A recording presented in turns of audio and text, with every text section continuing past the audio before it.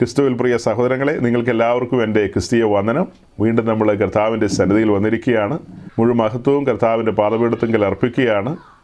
വീണ്ടും നമ്മളെ ദൈവവചനം ധ്യാനിപ്പാൻ പാകത്തിന് ദൈവത്തിൻ്റെ പരിശുദ്ധാത്മാവ് സജ്ജമാക്കി കൊണ്ടുവന്നു. കഴിഞ്ഞ ദിവസങ്ങളിൽ നമ്മൾ ചിന്തിച്ചുകൊണ്ടിരുന്ന വിഷയം സമാഗമന കൂടാരവുമായി ബന്ധപ്പെട്ടാണ്. അതുതന്നെയാണ് ഇന്നും തുടരേണ്ടത്. എന്തുകൊണ്ടാണ് വീണ്ടും നമ്മൾ ഈ ടാബർനാക്കിൾ സ്റ്റഡിയിലേക്ക് ഒന്നുകൂടെ കാലെടുത്ത് വെച്ചതെന്നുള്ളതിൻ്റെ സൂചന ഞാൻ കഴിഞ്ഞ ആഴ്ച തന്നു. അതായത് പല കോണുകളിൽ നിന്നും പലവിധമായ അഭിപ്രായങ്ങളൊക്കെ വരും. അതെല്ലാം നമ്മൾ ശ്രദ്ധിക്കില്ലെങ്കിൽ പോലും ശ്രദ്ധിക്കേണ്ടതാണെന്ന് തോന്നിയ ഒരു അഭിപ്രായം, വളരെ പ്രസിദ്ധനായൊരു ദേവദാസൻ അദ്ദേഹം ഇങ്ങനെ പറയുമായിരുന്നു, ടാബർനാക്കിൾ എന്ന് പറയുന്നത് ഒരിക്കലും ദൈവസഭയുടെ നിഴലല്ല, സ്വർഗീയമായ കൂടാരത്തിൻ്റെ നിഴലാണ് സമാഗമന കൂടാരം എന്ന് പറയുന്നത്. അത് വേണമെങ്കിൽ യേശു ക്രിസ്തുവിൻ്റെ നിഴലായിട്ട് നമുക്ക് പരിഗണിക്കാം, അല്ലാതെ സഭയുടെ നിഴലാണെന്നൊരിക്കലും പറയാൻ കഴിയില്ലെന്ന് അദ്ദേഹം ഒരു സ്റ്റേറ്റ്മെൻറ്റ് വെക്കാനിടയായി. അത് കേട്ടപ്പോൾ എനിക്ക് തോന്നി നമ്മളും ആ കാര്യത്തെക്കുറിച്ച് അല്പം പറയേണ്ടതുണ്ട്. ഈ കാര്യം കുറച്ച് നാൾ മുമ്പ് മനസ്സിലാക്കിയതാണെങ്കിലും അതിനൊരു സാവകാശം കിട്ടിയില്ല. ആ സാവകാശത്തിലേക്ക് കഴിഞ്ഞ ആഴ്ചയാണ് കടന്നു വന്നത്. അല്പം ചില കാര്യങ്ങൾ കഴിഞ്ഞ ആഴ്ച പറഞ്ഞു. അതിൻ്റെ തുടർച്ചയാണ് നമുക്ക് ഇന്നും പറയേണ്ടത്. കഴിഞ്ഞ ആഴ്ച നമ്മൾ പറഞ്ഞ കാര്യങ്ങളൊക്കെ ശരിക്കും അതിൻ്റെ ഏറ്റവും ബേസിക് ആയിട്ടുള്ള കാര്യങ്ങളാണ്. ആ ബേസിക് ആയിട്ടുള്ള കാര്യങ്ങൾ പ്രിയപ്പെട്ടവർ എപ്പോഴും ഓർത്തിരിക്കണം. ഏത് രാത്രിയിലും ചോദിച്ചാൽ പറയാൻ പാകത്തിന് പ്രാഗൽഭ്യം ഉണ്ടാകണം. കാരണം നമ്മളുമായി ബന്ധപ്പെട്ട കാര്യങ്ങളാണ്, നമ്മുടെ ജീവിതമാണ് ശരിക്കും പറഞ്ഞാൽ. അപ്പോൾ ആ ചോദ്യത്തിന് നമ്മൾ മറുപടി പറഞ്ഞു തുടങ്ങിയത് റോമാലേഖനം 15-ാം അധ്യായത്തിൻ്റെ 4-ാം വാക്യം, പിന്നെ 2 തിമത്തിയോസിൻ്റെ ലേഖനം 3-ാം അധ്യായത്തിലെ വാക്യം. ഈ വാക്യങ്ങളൊക്കെ മുൻനിർത്തിക്കൊണ്ട് പറഞ്ഞത് മുന്നെഴുതിയിരിക്കുന്നതൊക്കെയും നമുക്ക് ഉപദേശത്തിനായിട്ടാണ്, നമ്മൾ ക്രിസ്തുവിൽ തികഞ്ഞവരാകാൻ വേണ്ടിയാണ്. അത് നമ്മെ ഉപദേശത്തിൽ തികവുള്ളവരാക്കി കൊണ്ടുവരും, പെർഫെക്ഷനിലേക്ക് കൊണ്ടുവരും എന്ന നിലയിലാണ് ആ വാക്യങ്ങളൊക്കെ നമ്മുടെ മുമ്പാകെ വന്നത്. അപ്പോൾ തിരുവെഴുത്തുകളാൽ ഉളവാകുന്ന ഈ ആശ്വാസം എന്നുള്ള നിലയിൽ അവിടെ എഴുതിയിട്ടുണ്ട്. പുതിയ നിയമത്തിൽ പലയിടത്തും തിരുവെഴുത്തുനിന്ന് എഴുതിയിട്ടുണ്ട്. ആ തിരുവെഴുത്ത് എന്ന് പറയുന്നത് പഴയ നിയമത്തെ കാണിക്കുന്നതാണ്.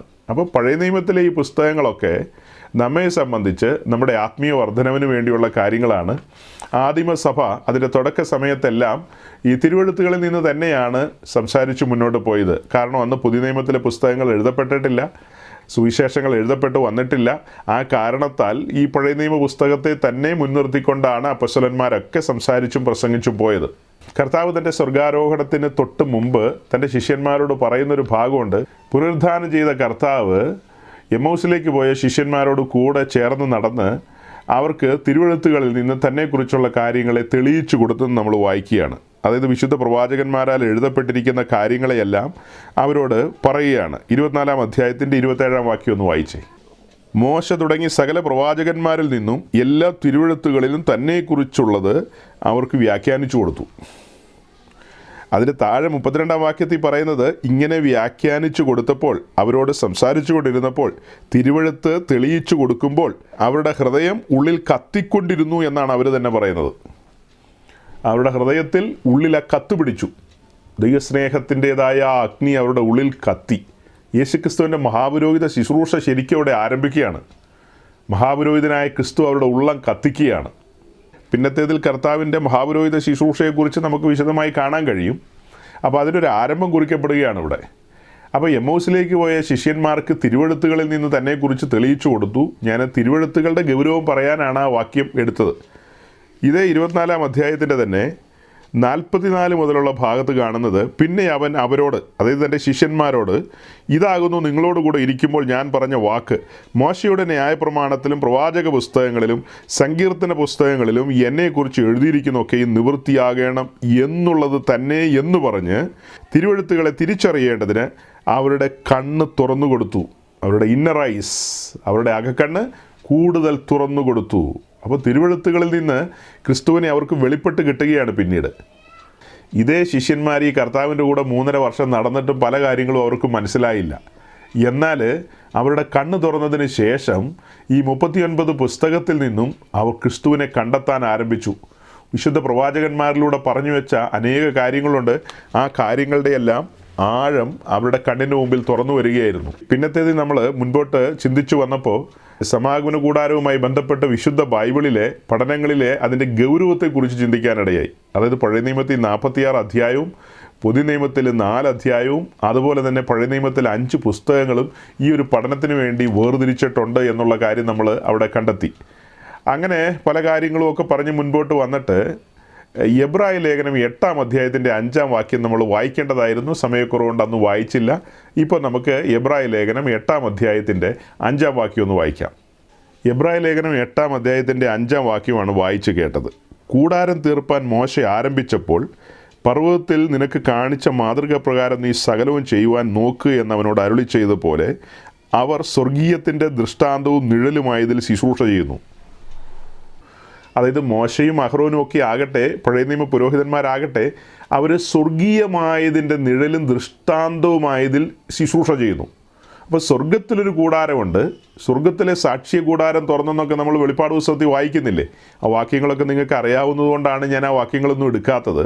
സ്വർഗത്തിലെ സാക്ഷി കൂടാരം, അപ്പോൾ അവിടെ പെട്ടകത്തെ കാണാം, നമുക്ക് അവിടെ യാഗപീഠത്തെ കാണാം, അവിടെ ധൂപപീഠത്തെ കാണാം, അവിടെ ധൂപ കലശത്തെ കാണാം. അങ്ങനെ വെളിപ്പാട് പുസ്തകത്തിൽ ഈ ടാബർനാക്കിളുമായി ബന്ധപ്പെട്ട ഒട്ടുമുക്കാൽ കാര്യങ്ങളും നമുക്ക് അവിടെ വെളിപ്പെട്ട് വരുന്നുണ്ട്. ഒട്ടുമുക്കാൽ കാര്യങ്ങൾ ഇതൊക്കെ വെച്ചിട്ടാണ് പറയുന്നത്, മോശയെ പർവ്വതത്തിലേക്ക് വിളിച്ചിട്ട് മോശയ്ക്ക് സ്വർഗീയമായതിൻ്റെ ആ ദൃഷ്ടാന്തം കൊടുത്തു. അതായത് അതിൻ്റെ ബ്ലൂ പ്രിൻ്റ് മോശയ്ക്ക് കൊടുത്തെന്ന് ചുരുക്കം. അങ്ങനെ കൊടുക്കപ്പെട്ട അളവിനാൽ തന്നെയാണ് മോശ സമാഗമന കൂടാരം പണിത്.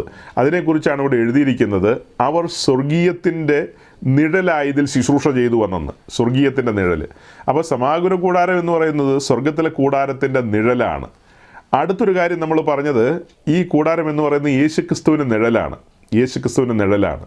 വീണ്ടും നമുക്ക് എബ്രായ ലേഖനം 9:23 കൂടെ വായിക്കാം. എബ്രായ ലേഖനം 9:23, ഹീബ്രു 9:23. ആകയാൽ സ്വർഗത്തിലുള്ളവയുടെ പ്രതിബിംബങ്ങളെ ഈ വകയാൽ ശുദ്ധമാക്കുന്നത് ആവശ്യം. ആകയാൽ സ്വർഗത്തിലുള്ളവയുടെ പ്രതിബിംബങ്ങളെ, അതായത് പാറ്റേണെന്നോ പ്രോട്ടോടൈപ്പെന്നോ എങ്ങനെ വേണേലും നമുക്ക് പറയാം അല്ലേ? അതിൻ്റെ സ്വർഗത്തിലുള്ളതിൻ്റെ സെയിം പാറ്റേൺ എന്ന് പറയാം, പ്രോട്ടോടൈപ്പ് എന്ന് പറയാം. അപ്പോൾ സ്വർഗത്തിലുള്ളതിൻ്റെ എല്ലാം തനി നിഴലാണ് സമാഗമന കൂടാരത്തിൽ ഇരിക്കുന്ന കാര്യങ്ങളെല്ലാം. സ്വർഗത്തിലുള്ളതിൻ്റെ എല്ലാം തനി നിഴലാണ്. ആ നിഴലായ കാര്യങ്ങളെയെല്ലാം ഈ വകയാൽ ശുദ്ധമാക്കുന്നത് ആവശ്യം. ഈ കൂടാരത്തിലെ ഉപകരണങ്ങളെയൊക്കെ രക്തം കൊണ്ട് ശുദ്ധീകരിക്കുന്നതായിട്ട് നമ്മൾ കാണുന്നുണ്ട്. അതാണ് 23-ാം വാക്യത്തിൽ വായിച്ചത്. സ്വർഗത്തിലുള്ളവയുടെ പ്രതിബിംബങ്ങളെ ഈ വകയാൽ ശുദ്ധീകരിക്കുന്നത്, ഈ വകയാൽ ശുദ്ധമാക്കുന്നത് ആവശ്യം. സ്വർഗീയമായവയ്ക്കോ ഇവയേക്കാൾ നല്ല യാഗങ്ങൾ ആവശ്യം. അപ്പോൾ ഈ വാക്യത്തിൽ നിന്ന് നമ്മൾ പുറത്തെടുക്കുന്ന ഒരു കാര്യം ഇത്രയേ ഉള്ളൂ. ഈ സമാഗമന കൂടാരത്തിലിരിക്കുന്ന ഉപകരണങ്ങളാകട്ടെ, അതിലെ കാര്യപരിപാടികളാകട്ടെ, അതെല്ലാം സ്വർഗീയമായതിൻ്റെ നിഴലാണ്, അഥവാ അതിൻ്റെ സെയിം പാറ്റേൺ ആണ്, അല്ലെങ്കിൽ പ്രോട്ടോടൈപ്പാണ്. അങ്ങനെയൊക്കെ നമുക്ക് പറയാം, അങ്ങനെ പറയാം. ഇനി 10-ാം അധ്യായത്തിൻ്റെ 1-ാം വാക്യം കൂടെ വായിച്ചേ. ന്യായപ്രമാണം വരുവാനുള്ള നന്മകളുടെ നിഴലല്ലാതെ കാര്യങ്ങളുടെ സാക്ഷാൽ സ്വരൂപമല്ലായകൊണ്ട്. ന്യായപ്രമാണപ്രകാരം പണിയപ്പെട്ട സമാഗമന കൂടാരം എന്ന് പറയുന്നത് അത് നിഴൽ മാത്രമാണ്, ഷാഡോയാണ്. അത് പൊരുളല്ല, അസലല്ല. അതിൻ്റെ അസലെന്ന് പറയുന്നത് ദൈവസഭയാണ്. ശരിക്കും ദൈവസഭയാണ്. ദൈവസഭയാണെന്ന് പറയാനുള്ള കാരണം എന്താ? അതിന് ഒത്തിരി കാരണങ്ങളുണ്ട്. അതിലേക്കാണ് നമ്മൾ പറഞ്ഞു വരുന്നത്. 10-ാം അധ്യായത്തിൻ്റെ 1-ാം വാക്യത്തിലൂടെ നമ്മൾ കാണുന്നത്, ന്യായപ്രമാണപ്രകാരം ലഭിക്കപ്പെട്ട കാര്യങ്ങളെല്ലാം നിഴലാണ്. അതിൻ്റെ അസല് അല്ലെങ്കിൽ അതിൻ്റെ പൊരുള് എന്ന് പറയുന്നത് ദൈവസഭയാണ്. ദൈവസഭയെക്കുറിച്ച് നമ്മൾ ചിന്തിക്കുമ്പോൾ 1 തിമോഥെയോസിൻ്റെ ലേഖനം 3-ാം അധ്യായത്തിൻ്റെ 14-15 വാക്യം കൂടെ നമുക്കൊന്ന് വായിക്കാം കൂടെ ചേർത്ത്. സത്യത്തിൻ്റെ തൂണും അടിസ്ഥാനവുമായി ജീവനുള്ള ദൈവത്തിൻ്റെ സഭയാകുന്ന ആ ദൈവാലയത്തിൽ നടക്കേണ്ടത് എങ്ങനെയെന്ന് പൗലോസ് തിമോഥെയോസിനോട് പറഞ്ഞു കൊടുക്കുകയാണ്. ജീവനുള്ള ദൈവത്തിൻ്റെ സഭയാകുന്ന ദൈവാലയം എന്നാണ് അവിടെ എഴുതിയിരിക്കുന്നത്. അതായത് ദൈവത്തിൻ്റെ ഗ്രഹം എന്നുള്ളതാണ് അതിൻ്റെ ഒരു രത്നച്ചുരുക്കം എന്ന് പറയുന്നത്. ദൈവഗ്രഹം, ദൈവത്തിൻ്റെ ഗ്രഹമാണ് ദൈവസഭ എന്ന് പറയുന്നത്. അപ്പോൾ ആ ദൈവസഭയിൽ എങ്ങനെയാണ് നടക്കേണ്ടതെന്ന് തിമോഥെയോസിനോട് പറഞ്ഞു കൊടുക്കുകയാണ്. സത്യത്തിൻ്റെ തൂണും അടിസ്ഥാനവുമായി ജീവനുള്ള ദൈവത്തിൻ്റെ സഭയാകുന്ന ദൈവാലയം, അല്ലെങ്കിൽ സഭയാകുന്ന ദൈവത്തിൻ്റെ ഗ്രഹം. അപ്പോൾ ദൈവസഭയെ ദൈവത്തിൻ്റെ ഗ്രഹമെന്നും ദൈവാലയം എന്നും ഒക്കെയുള്ള നിലയിൽ പരിഗണിക്കുന്നുണ്ട്. നമ്മൾ ദൈവസഭയെക്കുറിച്ച് പഠിക്കുമ്പോൾ സഹോദരങ്ങളെ, ദൈവസഭയ്ക്ക് പല ഉപമാനങ്ങളുണ്ട്. ഇതാണ് അതിലൊരു കാതലായ കാര്യം ഞാൻ പറയാനായിട്ട് താല്പര്യപ്പെടുന്നത്. ദൈവസഭയ്ക്ക് പല ഉപമാനങ്ങളുണ്ട്. അതിൽ പ്രധാനപ്പെട്ട ഒന്നാണ് ദൈവസഭ ദൈവത്തിൻ്റെ ആലയമാണ്. അടുത്ത് ദൈവസഭ ദൈവത്തിൻ്റെ കൂടാരമാണ്. അതുപോലെ ദൈവത്തിൻ്റെ നഗരമാണ്. അതുപോലെ കുഞ്ഞാടിൻ്റെ കാന്തയാണ്. കെട്ടിയടച്ച തോട്ടമാണ്. പുതിയ മനുഷ്യനാണ്. ദൈവത്തിൻ്റെ കൃഷിയാണ്. ഇങ്ങനെ വിവിധ നിലകളിലാണ് ദൈവസഭയെക്കുറിച്ചുള്ള ഉപമാനങ്ങൾ പറയുന്നത്. അതിലൊരു പ്രധാനപ്പെട്ട കാര്യമാണ് ദൈവസഭ എന്ന് പറയുന്നത് ദൈവത്തിൻ്റെ ആലയമാണ്. അപ്പോൾ ദൈവത്തിൻ്റെ ആലയമാണ് എന്ന കാര്യം നമ്മൾ മനസ്സിലാക്കുമ്പോൾ ആലയത്തെക്കുറിച്ച് നമുക്ക് പുതുനിയമത്തിൽ കാര്യമായ പഠനങ്ങളൊന്നും ലഭിക്കുന്നില്ല. ദൈവാലയത്തെക്കുറിച്ച് കാര്യമായ പഠനങ്ങളൊന്നും നമുക്ക് പുതുനിയമത്തിൽ കിട്ടുമോ? ഒരിക്കലുമില്ല. അപ്പോൾ ദൈവാലയത്തെക്കുറിച്ചുള്ള കാതലായ പഠനങ്ങളിലേക്ക് നമുക്ക് പോകണമെങ്കിൽ പഴയ നിയമത്തിലേക്ക് ഇറങ്ങിപ്പോകേണ്ടി വരും. പഴയ നിയമത്തിലേക്ക് ഈ കാര്യങ്ങളെ അന്വേഷിച്ചൊരു ഭക്തൻ കടന്നു ചെല്ലുമ്പോൾ അവൻ്റെ കണ്ണിൻ്റെ മുമ്പിൽ വിവിധങ്ങളായ കാര്യങ്ങൾ അവിടെ വെളിപ്പെടും. അതായത് ഇസ്രായേൽ മരുഭൂമിയിലൂടെ സഞ്ചരിക്കുമ്പോൾ സമാഗമന കൂടാരവുമായി ബന്ധപ്പെട്ട അവരുടെ ജീവിതത്തെ കാണാൻ കഴിയും. പിന്നത്തേതിൽ അവർ വാഗ്ദത്ത ഭൂമിയിൽ എത്തിയതിന് ശേഷം ദാവീദിൻ്റെ മകനായ ശലോമോനാൽ പണിയപ്പെട്ട യെരുശലേമിലെ മഹത്തായ ദൈവാലയം അവരുടെ കണ്ണിൻ്റെ മുമ്പിൽ വരും. ഒരു പുതുനിയമ ക്രിസ്ത്യാനി അവൻ്റെ പഠനത്തോടുള്ള ബന്ധത്തിൽ അവൻ ഈ പഴയ നിയമത്തിൽ ഇറങ്ങിച്ചെല്ലുമ്പോൾ ഈ രണ്ട് കാര്യം കാണും. അത് എങ്ങനെ പഠനത്തിലെടുക്കാം എന്നുള്ളത് ബഹുഭൂരിപക്ഷം വിശ്വാസികൾക്കും അറിയില്ല. അവിടെ സമാഗമന കൂടാരമുണ്ട്, യെരുശലേം ദൈവാലയമുണ്ട്. 1 തിമോഥെയോസിൻ്റെ ലേഖനത്തിലേക്ക് വരുമ്പോൾ അവിടെ ജീവനുള്ള ദൈവത്തിൻ്റെ സഭയാകുന്ന ദൈവാലയത്തിൽ നടക്കേണ്ടത് എങ്ങനെയെന്ന് പൗലോസ് തിമോഥെയോസിനോട് പറഞ്ഞു കൊടുക്കുന്നുണ്ട്. പക്ഷേ ഈ തലമുറയിലെ പല പൗലോസുമാരും തിമോഥെയോസുമാർക്ക് എങ്ങനെ നടക്കണമെന്നുള്ള കാര്യം പറഞ്ഞു കൊടുക്കാൻ പ്രാപ്തരല്ല. പ്രാപ്തരായ ധാരാളം പേരുണ്ട്, പലരും പ്രാപ്തരല്ല, പലർക്കും അതിനെക്കുറിച്ചൊരു ഐഡിയ ഇല്ല. അപ്പോൾ പുതിയ നിയമത്തിൽ ദൈവാലയത്തെക്കുറിച്ച് കാണുന്നുണ്ട്, പക്ഷേ അതിൻ്റെ പഠനമില്ലെന്ന് മാത്രം. പഠനം പഴയ നിയമത്തിലേ ഉള്ളൂ. പഴയ നിയമത്തിലേക്ക് പോയി കഴിഞ്ഞാൽ അവിടെയും കൺഫ്യൂഷൻ വരും. അവിടെ പല നിലകളിലാണ് ഈ കാര്യം കിടക്കുന്നത്. സമാഗമന കൂടാരമുണ്ട്, യെരുശലേം ദൈവാലയമുണ്ട്. അപ്പോൾ സമാഗമന കൂടാരം എന്നുള്ളൊരു വിഷയം നമ്മൾ ചിന്തിക്കുകയും പഠിക്കുകയും ചെയ്യുമ്പോൾ ഇസ്രായേലും മിസ്രൈമിൽ നിന്ന് പുറപ്പെട്ട് ചെങ്കടൽ വഴിയായി മരുഭൂമിയിലെത്തി. ആ മരുഭൂമി വഴിയായി അവർ മുൻപോട്ട് പ്രയാണം ചെയ്തു പോകുമ്പോൾ വാഗ്ദത്ത ദേശം വരെയുള്ള അവരുടെ ആ യാത്രയിൽ നിരന്തരമായി കൂടാരം അവരോട് കൂടെ ഉണ്ടായിരുന്നു. ഇസ്രായേലിൻ്റെ പാളയത്തെക്കുറിച്ചൊക്കെ അടുത്ത ദിവസം നമ്മൾ കൂടുതലായി ചിന്തിക്കുന്നുണ്ട്. അപ്പോൾ അത് ചിന്തിച്ചു വരുമ്പോൾ കുറച്ചും കൂടി ആ കാര്യം നല്ല രീതിയിൽ മനസ്സിലാകും. അപ്പം അങ്ങനെ പ്രയാണം ചെയ്തു വരുന്ന സമയത്ത് സമാഗമന കൂടാരം അവരോട് കൂടെ ഉണ്ടായിരുന്നു. വാഗ്ദത്ത ഭൂമിയിലെത്തി. ദാവീദിൻ്റെ കാലം വരെ സമാഗമന കൂടാരം അവരുടെ നടുവിലുണ്ടായിരുന്നു, ദാവീദിൻ്റെ കാലം വരെ. അതിന് ശേഷമാണ് യെരുശലേമിലെ ദൈവാലയം നിർമ്മിച്ചത്. ഇതിനെക്കുറിച്ച് കഴിഞ്ഞ ആഴ്ച നമ്മൾ ചില സൂചനകൾ തന്നില്ലേ? ആ സൂചനകൾ നിങ്ങൾ ഓർക്കുന്നില്ലേ? അതായത് മോശയാൽ പണിയപ്പെട്ട ഈ കൂടാരം എന്ന് പറയുന്നത് തുണി കൊണ്ടും തുകൽ കൊണ്ടും മരം കൊണ്ടും പണിയപ്പെട്ട ഒരു കൂടാരമാണ്. അത് ശരിക്കും താൽക്കാലികമാണ്, ടെമ്പററി ആയ കൂടാരമാണ്. പിന്നത്തേതിൽ ശലോമോനാൽ പണിയപ്പെട്ട ദൈവാലയം എന്ന് പറയുന്നത് പെർമനൻറ്റ് സ്ട്രക്ചറാണ്. അതായത് സ്ഥായിയായി നിൽക്കുന്ന ഒരു മൂലക്കല്ലിട്ടുകൊണ്ട് കല്ലുകളാൽ പണിയപ്പെട്ട് അതിനകത്ത് ദേവദാരു കൊണ്ട് പാനൽ ചെയ്ത് ആ ദേവദാരുവിനെ തനി തങ്കം കൊണ്ട് കവർ ചെയ്ത അങ്ങനെ ഒരു നിലയാണ് നമ്മളവിടെ കാണുന്നത്. അപ്പോൾ യെരുശലേം ദൈവാലയത്തിൻ്റെ പണിയിൽ കല്ലും മരവും തനി തങ്കമൊക്കെയാണ് നമുക്ക് കാണാൻ കഴിയുന്നത്. അത് പെർമനൻ്റായ ഒരു സ്ട്രക്ചറാണ്. അപ്പോൾ നമ്മൾ എങ്ങനെയാണ് പറഞ്ഞു വന്നത്? മോശയാൽ ഒരു താൽക്കാലിക കൂടാരം പണിയപ്പെട്ടു. അത് ഏകദേശം 488 വർഷം അവരുടെ നടുവിലിരുന്നു.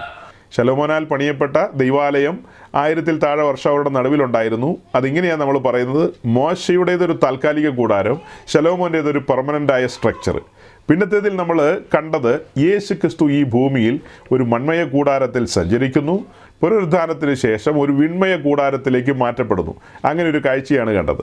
അത് കഴിഞ്ഞ് നമ്മൾ കണ്ടത് ദൈവസഭ ഈ ഭൂമിയിൽ സഞ്ചരിക്കുന്നവരുടെ ഒരു സംഘമായി, കൂടാരവാസികളായി അങ്ങനെ പരദേശ പ്രയാണം ചെയ്തുകൊണ്ടിരിക്കുകയാണ്. സാർവത്രിക സഭ യാത്രക്കാരുടെ സംഘം എന്ന നിലയിൽ അവരുടെ പരദേശി പ്രയാണത്തിലാണ് അവരിപ്പോൾ. പിന്നത്തേതിൽ അവരൊരു പെർമനൻറ്റ് സ്ട്രക്ചർ എന്ന നിലയിലേക്ക് വെളിപ്പെടാൻ പോകുന്ന പുതിയ ഭൂമിയിൽ തേജസ്സിൻ്റെ നഗരമായ പുതിയ യെരുശലേം എന്ന കണക്ക് അവർ രൂപാന്തരപ്പെട്ടു വരും. പുതിയ യെരുശലേമിൻ്റെ കല്ലുകളുടെ പണി ഇപ്പോൾ നടന്നുകൊണ്ടിരിക്കുകയാണ്. പണി പൂർത്തീകരിക്കപ്പെട്ട കല്ലുകൾ കാഹളം ധ്വനിച്ച് പിന്നത്തേതിൽ അതിൻ്റെ ഒരു സമയമുണ്ട്. ആ സമയത്ത് ആ കല്ലുകൾ പുതിയ ഭൂമിയിൽ അസംബിൾ ചെയ്യപ്പെടുന്നു. അതായത് പുതിയ ഭൂമിയിൽ ദൈവത്തിൻ്റെ നഗരം എന്ന നിലയിൽ അത് ഇറങ്ങി വരുന്നൊരു കാഴ്ച നമുക്ക് കാണാൻ കഴിയുമല്ലോ. മണവാട്ടിയ ദൂതൻ യോഹന്നാന് കാണിച്ചു കൊടുക്കുമ്പോൾ അലങ്കരിക്കപ്പെട്ട ഒരുങ്ങിയ ഒരു നഗരം ഇറങ്ങി വരുന്നതായിട്ടാണ് കാണിച്ചു കൊടുക്കുന്നത്. അങ്ങനെ ആ നഗരത്തെക്കുറിച്ചുള്ള ചിന്തകളും പഠനങ്ങളും ഒക്കെ നമ്മുടെ മുമ്പിൽ വരുമ്പോഴാണ് ദൈവസഭ ഇന്ന് ഈ ഭൂമിയിൽ സമാഗമന കൂടാരം എന്നുള്ളൊരു വിഷയം പോലെ സഞ്ചരിക്കുന്നവരുടെ സംഘമായിട്ട് പരിഗണിക്കുന്നത്. വരാൻ പോകുന്ന പുതിയ ഭൂമിയിൽ സഭയ്ക്ക് സംഭവിക്കുന്ന ഭാവി മഹത്വം ഒരു പെർമനൻറ്റ് സ്ട്രക്ചർ എന്ന നിലയിൽ, ദൈവ നഗരം എന്ന നിലയിൽ അത് രൂപാന്തരപ്പെടുന്നു. ഇങ്ങനെയാണ് ആ പഠനം പോകുന്നത്. അടുത്തൊരു കാര്യം, വ്യക്തിപരമായി ശിഷ്യന്മാരെന്നുള്ള നിലയിൽ, ഡിസൈപ്പിൾസ് എന്നുള്ള നിലയിൽ നാം ഓരോരുത്തരും ദൈവത്തിൻ്റെ മന്ദിരമാണ്. നാം ഇപ്പോൾ മൺമയമായ കൂടാരത്തിൽ സഞ്ചരിച്ചു കൊണ്ടിരിക്കുന്നു. പിന്നത്തേതിൽ നാം ഒരു വിൺമയമായ കൂടാരത്തിലേക്ക് പ്രവേശിക്കും. നമ്മുടെ പ്രത്യാശയായ ക്രിസ്തു മൺമയ കൂടാരത്തിൽ നിന്ന് വിൺമയമായ കൂടാരത്തിലേക്ക് പ്രവേശിച്ചു എന്നുള്ളത് വിശുദ്ധ തിരുവെഴുത്തുകളിൽ നിന്ന് ദൈവത്തിൻ്റെ പരിശുദ്ധാത്മാവ് നമുക്ക് ഉറപ്പ് നൽകുകയാണ്. ആ ഉറപ്പ് നമ്മുടെ പ്രത്യാശ തന്നെയാണ്. അതാണ് ഫിലിപ്പ് ലേഖനം 3-ാം അധ്യായത്തിൻ്റെ ഒടുവിലത്തെ വാക്യത്തിൽ നമ്മൾ കാണുന്നത്. നമ്മുടെ കർത്താവായ യേശു ക്രിസ്തു നമ്മുടെ ഈ താഴ്ചയുള്ള ശരീരത്തെ തൻ്റെ മഹത്വമുള്ള ശരീരത്തോട് അനുരൂപമാക്കും. ഈ മൺമയമായ കൂടാരത്തെ തൻ്റെ വിൺമയമായ കൂടാരത്തോട് അനുരൂപമാക്കും. പറ്റിച്ചേർന്ന് രണ്ടും ഒന്നായി തീരുമെന്നുള്ള ഒരു കാഴ്ചയാണ് നമ്മുടെ കണ്ണിന് മുമ്പിൽ വരുന്നത്. 1 തിമോത്തിയോസ് 3:14-15 നമ്മൾ വായിച്ചു. ദൈവസഭ എന്ന് പറയുന്നത് ദൈവത്തിൻ്റെ ഗ്രഹമാണ്, അല്ലെങ്കിൽ ജീവനുള്ള ദൈവത്തിൻ്റെ സഭയാകുന്ന ആലയം നമ്മൾ വായിച്ചല്ലോ. അപ്പോൾ ആ വായിച്ചു കഴിഞ്ഞിട്ട് നമ്മൾ അടുത്തൊരു വാക്യം വായിക്കാൻ പോകുന്നത് 1 കൊരിന്ത്യർ ലേഖനം 3-ാം അധ്യായത്തിൻ്റെ 16-17 വാക്യങ്ങളാണ്.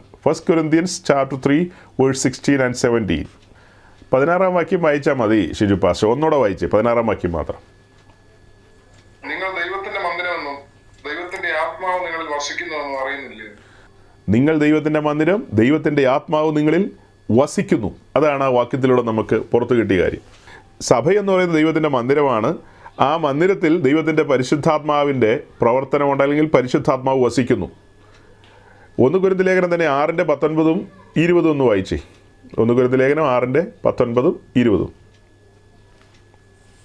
ദൈവത്തിന്റെ ദാനമായി നിങ്ങളിലിരിക്കുന്ന പരിശുദ്ധാത്മാവിന്റെ മന്ദിരമാകുന്നു നിങ്ങളുടെ ശരീരമെന്നും നിങ്ങളെ വിലയ്ക്ക് വാങ്ങിയിരിക്കാൻ നിങ്ങൾ താന്താകൾക്കുള്ളവരല്ല എന്ന് അറിയുന്നില്ലേ?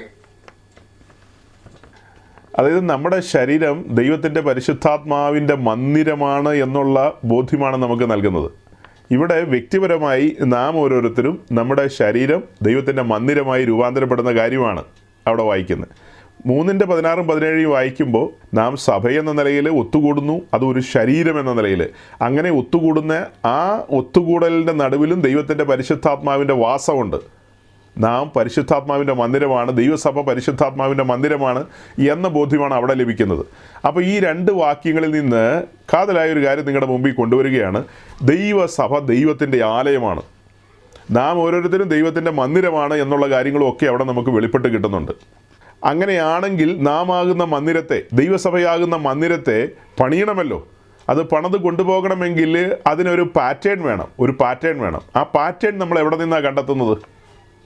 എങ്ങനെയാണ് ആ ദൈവസഭയാകുന്ന മന്ദിരത്തെ പണിയുവാനായിട്ടുള്ള ആലോചന നമുക്ക് ലഭിക്കുന്നത്? എവിടെ നിന്നാണ് ആ ആലോചന ലഭിക്കുന്നത്? മംഗളം മനോരാജ്യം ഒന്നും വായിച്ചാൽ കിട്ടില്ലല്ലോ. അപ്പോൾ അതിന് വിശുദ്ധ തിരുവെഴുത്ത് വായിക്കുമ്പോൾ നമുക്ക് കിട്ടുന്നൊരു കാര്യമുണ്ട്. ദൈവസഭയുടെ പണിയുമായി ബന്ധപ്പെട്ട് കാലങ്ങൾക്ക് മുമ്പ്, ഏകദേശം 3500 വർഷം മുമ്പ്, വലുവനായ ദൈവം തൻ്റെ ദാസനായ മോശയിലൂടെ ഹോരേബി വെച്ച് വെളിപ്പെടുത്തി കൊടുത്ത ആ വെളിപ്പാടുകളിൽ ഏറിയ പങ്കും ദൈവസഭയുമായി ബന്ധപ്പെട്ട കാര്യങ്ങളാണ്. സമാഗമന കൂടാരം എന്ന് പറയുന്നത് സ്വർഗത്തിലുള്ള കൂടാരത്തിൻ്റെ നിഴലാണ്. അങ്ങനെ ആ നിഴലായ കൂടാരമാണ് മോശ നിർമ്മിച്ചതെങ്കിലും പിന്നത്തേതിൽ ആ കൂടാരത്തെ മുൻനിർത്തിക്കൊണ്ട് തന്നെയാണ് പുതിയ നിയമസഭയും രൂപപ്പെട്ടു വരുന്നത്. പുതിയ നിയമസഭയുടെ രൂപീകരണത്തിലേക്ക് നമ്മൾ നോക്കിയേ, അതും അങ്ങനെ തന്നെയല്ലേ. ഈ സമാഗമന കൂടാരത്തിൻ്റെ ചുറ്റും ഒരു ചുറ്റുമതിലുണ്ട്, ഒരു ഫെൻസ് ഉണ്ട്. വെളുത്ത പഞ്ഞിനൂല് കൊണ്ട് ഉണ്ടാക്കിയ ഒരു മറശീലയാൽ ഒരു മറയുണ്ട് സമാഗമന കൂടാരത്തിന്. അതുപോലെ പുതിയ നിയമസഭയിലേക്ക് വരുമ്പോൾ സഭയും കെട്ടിയടയ്ക്കപ്പെട്ട തോട്ടമാണ്. കൂടാരത്തിൻ്റെ വെളിയിലാണല്ലോ ആ ചുറ്റുമതിൽ പോലെ നമ്മൾ കാണുന്നത്. നമ്മൾ നേരത്തെ യെരുശലേം ദൈവാലയത്തെക്കുറിച്ച് ചിന്തിച്ചപ്പോൾ യെരുശലേം ദൈവാലയം നിർമ്മിച്ചിട്ട് ദൈവാലയത്തിൻ്റെ ചുറ്റും ഒരു ചുറ്റുമതിലുണ്ട്. ആ ചുറ്റുമതിലിന് ഗൗരവമുണ്ട് എന്നുള്ളത് കൊണ്ടാണ് തകർന്നുപോയ യെരുശലേം ദൈവാലയം വീണ്ടും സെരുബാബേലിൻ്റെ നേതൃത്വത്തിൽ പുനർനിർമ്മിച്ചെങ്കിലും അവർ യെരുശലേമിൻ്റെ മതിൽ പണിയാനായിട്ട് ഉത്സാഹിച്ചില്ല. മതിലൊക്കെ അങ്ങനെ തന്നെ കിടന്നു, ഇടിഞ്ഞു പൊളിഞ്ഞു കിടന്നു. എന്നാൽ വലുവനായ ദൈവം 10-13 വർഷം മുൻപോട്ട് പോയി. ഒരുപക്ഷെ അവർക്ക് അവസരം കൊടുത്തതായിരിക്കും, സമയം കൊടുത്തതായിരിക്കാം അത് പണിയാൻ വേണ്ടി. അതിനുവേണ്ടി ആരും തുനിഞ്ഞിറങ്ങുന്നില്ല എന്ന് കണ്ടതുകൊണ്ടാകാം ദൈവം തൻ്റെ ദാസനായ നെഹമ്യാവിനെ തട്ടി ഉണർത്തുന്നത്. നെഹമ്യാവിൻ്റെ ഉള്ളിൽ ആ ചിന്ത കൊടുത്ത് നെഹമ്യാവിനെ കൊണ്ട് മതിൽ പണിയിപ്പിക്കുന്ന കാര്യം നമ്മൾ വിശദമായി ചിന്തിച്ചിട്ടുള്ളതാണ്. അപ്പോൾ ദൈവാലയം മാത്രം പോരെന്ന് ചോദിച്ചാൽ പോരാ, അതിന് ചുറ്റും ഒരു ചുറ്റുമതിൽ വേണം. ദൈവാലയം മാത്രം പോരാ, അതിന് ചുറ്റും ഒരു ചുറ്റുമതിൽ വേണം. അതുപോലെ തന്നെയാണ് സമാഗമന കൂടാരത്തിലേക്ക് വരുമ്പോൾ കൂടാരം അവിടെ നിൽപ്പുണ്ട്. കൂടാരത്തിന് ചുറ്റും ഒരു വേലിയുണ്ട്, ഒരു മറയുണ്ട്. ആ മറയ്ക്ക് അകത്തേക്ക് നമ്മൾ കടക്കുന്ന ഭാഗത്തെയാണ് പ്രാകാരം എന്ന് വിളിക്കുന്നത്. പ്രാകാരത്തിലാണ് ശരിക്കും കൂടാരം ഇരിക്കുന്നത്. ആ പ്രാകാരത്തിലെ കൂടാരം എന്നൊക്കെ പറയുന്നത് വലിയവനായ ദൈവത്തിൻ്റെ നിവാസമാണ്. വലിയവനായ ദൈവം നിവസിക്കുന്ന തൻ്റെ നിവാസമാണ് ഈ കൂടാരവും അതിൻ്റെ കാര്യങ്ങളെന്നൊക്കെ പറയുന്നത്. ഈ പറയപ്പെട്ട വാക്യപ്രകാരം നാം ദൈവത്തിൻ്റെ ആലയമാണ്, ദൈവത്തിൻ്റെ മന്ദിരമാണ് എന്നൊക്കെ അവിടെ വായിക്കുമ്പോൾ അതിൻ്റെ ഉത്തരം തേടി നമ്മൾ പഴയ നിയമത്തിലാണ് പോകുന്നത്. പഴയ നിയമത്തിൽ പോകുമ്പോൾ കണ്ടെത്തുന്ന കാര്യമാണ് സ്വർഗത്തിലുള്ള കൂടാരത്തിൻ്റെ നിഴലാണ് സമാഗമന കൂടാരം എന്നുള്ളത്. അപ്പോൾ ആ കൂടാരത്തിൻ്റെ അസലാണ് പുതിയ നിയമ സഭ എന്നുള്ള നിലയിൽ പണിയപ്പെടുന്നത്, അതിൻ്റെ അസൽ എന്നുള്ള നിലയിൽ. അപ്പോൾ ഈ കൂടാരത്തിലേക്ക് നമ്മൾ ശ്രദ്ധിച്ച് നോക്കുമ്പോൾ അതിനൊരൊറ്റ വാതിൽ മാത്രമേ കാണുന്നുള്ളൂ. അപ്പോൾ ഈ കൂടാരത്തിലേക്ക് നമ്മൾ നോക്കുമ്പോൾ അതിൻ്റെ കിഴക്ക് വശത്ത് ഒരേ ഒരു വാതിൽ, ആ ഒരേ ഒരു വാതിൽ കാലങ്ങൾക്ക് ശേഷം നമ്മുടെ കർത്താവ് യേശു ക്രിസ്തു സംസാരിക്കേണ്ട ചില വാക്കുകളാണ്. അതായത് ഞാനാകുന്നു വാതിലെന്ന് കർത്താവ് പറയേണ്ടതുണ്ട്. അതുകൊണ്ടാണ് അതിന് ഒരേ ഒരു വാതിൽ വെച്ചത്, ഞാനാകുന്നു വാതിൽ. വാതിൽ കഴിഞ്ഞ് കയറി വരുമ്പോൾ കാണുന്നത് യാഗപീഠമാണ്. ആ യാഗപീഠത്തെ മുൻനിർത്തിക്കൊണ്ടാണ് അപ്പസ്തോലനായ പൗലോസിന് ഗലാത്തിയിലും പിന്നീട് കൊരിന്തിലും കടന്നു വന്ന് സുവിശേഷം അറിയിക്കേണ്ടത്. അവിടെ കടന്നു ചെന്ന് ക്രൂശിക്കപ്പെട്ടവനായ ക്രിസ്തുവിനെ ആ ഗലാത്യരുടെ കണ്ണിൻ്റെ മുമ്പിലും കൊരിന്ത്യരുടെ കണ്ണിൻ്റെ മുമ്പിലും വരച്ചു വെച്ച് കൊടുക്കേണ്ടതുണ്ട്.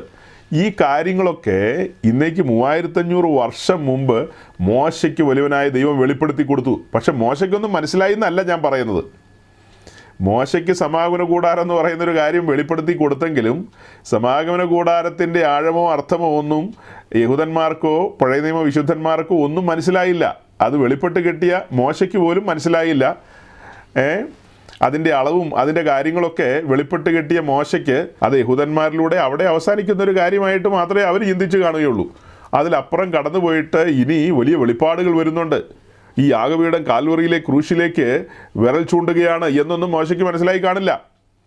അതുപോലെ യെരുശലേം ദേവാലയം പണിത ശലോമോൻ പിന്നത്തേതിൽ അതിൻ്റെ പ്രാകാരത്തിൽ യാഗപീഠത്തിൻ്റെ മുമ്പിൽ വന്ന് മുഴങ്കാൽ മടക്കി ഇരു കരങ്ങളും സ്വർഗത്തിലേക്ക് ഉയർത്തി പ്രാർത്ഥിക്കുന്നുണ്ട്. ആ പ്രാർത്ഥിക്കുമ്പോൾ ശലോമോന് പോലും മനസ്സിലായി കാണില്ല ഈ യാഗപീഠം കാൽവറിയിലെ ക്രൂശിലേക്കാണ് വിരൽ ചൂണ്ടുന്നതെന്ന്. മോശയ്ക്കും മനസ്സിലായി കാണില്ല, ശലോമോനും മനസ്സിലായി കാണില്ല. അപ്പോൾ അവർക്കൊക്കെ ലഭിക്കപ്പെട്ട കാര്യങ്ങളിൽ അവർ വിശ്വസ്തരായി അത് ചെയ്തു എന്നുള്ളത് വാസ്തവമാണെങ്കിലും ഇതെല്ലാം ദൈവസഭയുമായി ബന്ധപ്പെട്ട് കിടക്കുകയാണ്. നമ്മൾ യെരുശലേം ദേവാലയത്തിലേക്ക് അധികം പോകുന്നില്ല, പകരം സമാഗമന കൂടാരത്തിൽ തന്നെ നിന്നുകൊണ്ട് പറയുകയാണെങ്കിൽ മോശയ്ക്കന്ന് വെളിപ്പെട്ട് കിട്ടിയ കാര്യങ്ങളൊക്കെ ആഴമേറിയ വെളിപ്പാടുകളാണ്. അതിൻ്റെ അകത്തേക്ക് കടന്നു വരുമ്പോഴുള്ള ഓരോ ഉപകരണങ്ങളും, ആ ഉപകരണങ്ങളെ എല്ലാം എടുത്ത് പഠിക്കുമ്പോൾ ഭാവി കാലത്ത് ദൈവസഭയുമായി ബന്ധപ്പെടുത്തി പറയേണ്ട കാര്യങ്ങളാണ്. ഭാവി കാലത്ത് അതിൻ്റെ വിശുദ്ധ സ്ഥലത്ത് ആ വിളക്ക് കത്തി നിൽക്കുമ്പോൾ പിന്നത്തേതിൽ യോഹന്നാൻ്റെ സുവിശേഷത്തിൽ നമ്മുടെ കർത്താവ് യേശുക്രിസ്തു പറയാണ്, ഞാൻ ലോകത്തിൻ്റെ വെളിച്ചമാകുന്നു എന്ന്. ഇസ്രായേലിൻ്റെ നടുവിൽ പ്രകാശിച്ച വെളിച്ചമാണ് യേശുക്രിസ്തു. എന്നാൽ അവർക്ക് ആ വെളിച്ചം വേണ്ട രീതിയിൽ പ്രയോജനപ്പെട്ടില്ല. പിന്നത്തേതിൽ ആ കൂടാരത്തിൽ നിന്ന് പുറത്തേക്ക് ഇറങ്ങി വരികയാണല്ലോ. അതാണ് സ്വർഗ്ഗ മഹിമകളെ വെടിഞ്ഞ് താനേ ഈ താണഭൂമിയിലേക്ക് ഇറങ്ങി വരുന്നു എന്ന് നമ്മൾ പറയുന്നത്. വെളിപ്പെട്ട് വരികയാണ്, ജഡം ധരിക്കുകയാണ്, വേഷാൽ മനുഷ്യനായി ഭൂമിയിലേക്ക് വരികയാണ്. എന്നിട്ടാണ് പറയുന്നത് ഞാൻ ലോകത്തിൻ്റെ വെളിച്ചമാകുന്നു എന്ന്. ഞാൻ ലോകത്തിൻ്റെ വെളിച്ചമാകുന്നു. അത് വിശദീകരിക്കണമെങ്കിൽ ഈ കൂടാരത്തിൽ പോകേണ്ടി വരും. ഞാൻ ജീവൻ്റെ അപ്പമാകുന്നു എന്ന് പറയുകയാണ്. എന്നെ തിന്നുന്നവൻ എന്മൂലം ജീവിക്കുമെന്ന് പറയുകയാണ്. അത് കുറച്ചുകൂടെ മനസ്സിലാക്കാൻ വേണ്ടി നമ്മൾ കൂടാരത്തിനകത്തിരിക്കുന്ന മേശയും മേശമേലിരിക്കുന്ന അപ്പവും ആ അപ്പത്തിലേക്ക് നമ്മൾ ശ്രദ്ധിക്കില്ലേ. അതുപോലെ നാം സ്വീകരിച്ച് പറയുന്ന അപ്പോസ്തോലനും മഹാപുരോഹിതനുമായ യേശുക്രിസ്തുവിനെ ശ്രദ്ധിച്ചു നോക്കുവാൻ എബ്രായ ലേഖന കർത്താവ് പറയുമ്പോൾ ശ്രദ്ധിച്ചു നോക്കുവാൻ നമ്മൾ കടന്നു വരുന്നത് സമാഗമന കൂടാരത്തിൻ്റെ വിശുദ്ധ സ്ഥലത്തിരിക്കുന്ന ധൂപപീഠത്തിങ്കിലേക്കാണ്. അവിടെയാണ് യേശുക്രിസ്തുവിൻ്റെ മഹാപുരോഹിത ശുശ്രൂഷയുടെ ആഴം നമ്മൾ കണ്ടെത്തുന്നത്. മഹാപുരോഹിത ശുശ്രൂഷയുടെ ആഴം കണ്ടെത്തുന്ന മേഖലയാണ് അവിടെയൊക്കെ. പറഞ്ഞു വരുന്നത് എന്താ? ദൈവസഭ എന്ന് പറയുന്നത് ദൈവത്തിൻ്റെ ആലയമാണെങ്കിൽ ആലയത്തിൻ്റെ പഠനങ്ങളും കാര്യങ്ങളും എല്ലാം പഴയ നിയമത്തിലാണ് ഇരിക്കുന്നത്.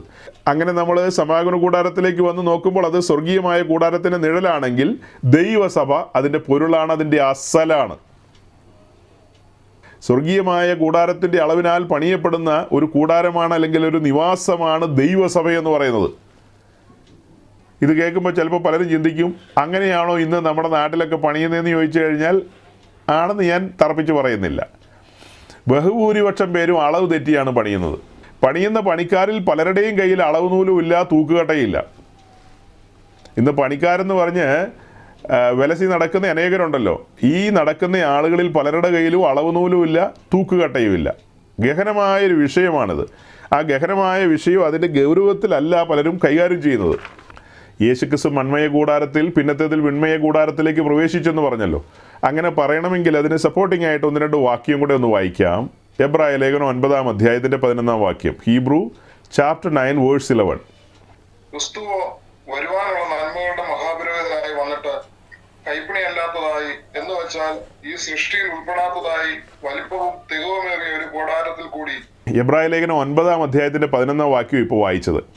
അത് വായിക്കുന്നതിന് മുമ്പ് തന്നെ മറ്റൊരു വാക്യമുണ്ട്. എബ്രായ ലേഖനം 10-ാം അധ്യായത്തിൻ്റെ 5-ാം വാക്യം. ആ 5-ാം വാക്യത്തിലേക്ക് വരുമ്പോൾ കാണുന്നത് ഇങ്ങനെയാണ്: ആകയാൽ ലോകത്തിൽ വരുമ്പോൾ ഹനനയാഗവും വഴിപാടും നീ ഇച്ഛിച്ചില്ല, എന്നാൽ ഒരു ശരീരം നീ എനിക്ക് ഒരുക്കിയിരിക്കുന്നു. സങ്കീർത്തനത്തിലുണ്ട് ആ കാര്യം. അതായത് പുത്രൻ ഭൂമിയിലേക്ക് വരുമ്പോൾ പിതാവ് പുത്രന് വേണ്ടി ഒരു ശരീരം ഒരുക്കി എന്നുള്ളതാണ് 10-ാം അധ്യായത്തിൽ നമ്മൾ കാണുന്നത്. 9-ാം അധ്യായത്തിൻ്റെ 11-ാം വാക്യത്തിലേക്ക് വരുമ്പോൾ നമ്മൾ കാണുന്നത് ക്രിസ്തുവോ വരുവാനുള്ള നന്മകളുടെ മഹാപുരോഹിതനായി വന്നിട്ട് കൈപ്പണിയല്ലാത്തതായി, എന്ന് വെച്ചാൽ ഈ സൃഷ്ടികളിൽ ഉൾപ്പെടാത്തതായി വലിപ്പവും തികവുമേറിയൊരു കൂടാരത്തിൽ കൂടി ആട്ടുകൊട്ടന്മാരുടെയും പശുക്കിടാങ്ങളുടെയും രക്തത്താലല്ല, സ്വന്തം രക്തത്താൽ തന്നെ ഒരിക്കലായിട്ട് വിശുദ്ധ മന്ദിരത്തിൽ പ്രവേശിച്ചു. 10-ാം അധ്യായത്തിൻ്റെ 5-ാം വാക്യത്തിൽ കണ്ടത് പിതാവ് പുത്രന് വേണ്ടി ഒരു ശരീരം ഒരുക്കിയെന്നാണ്.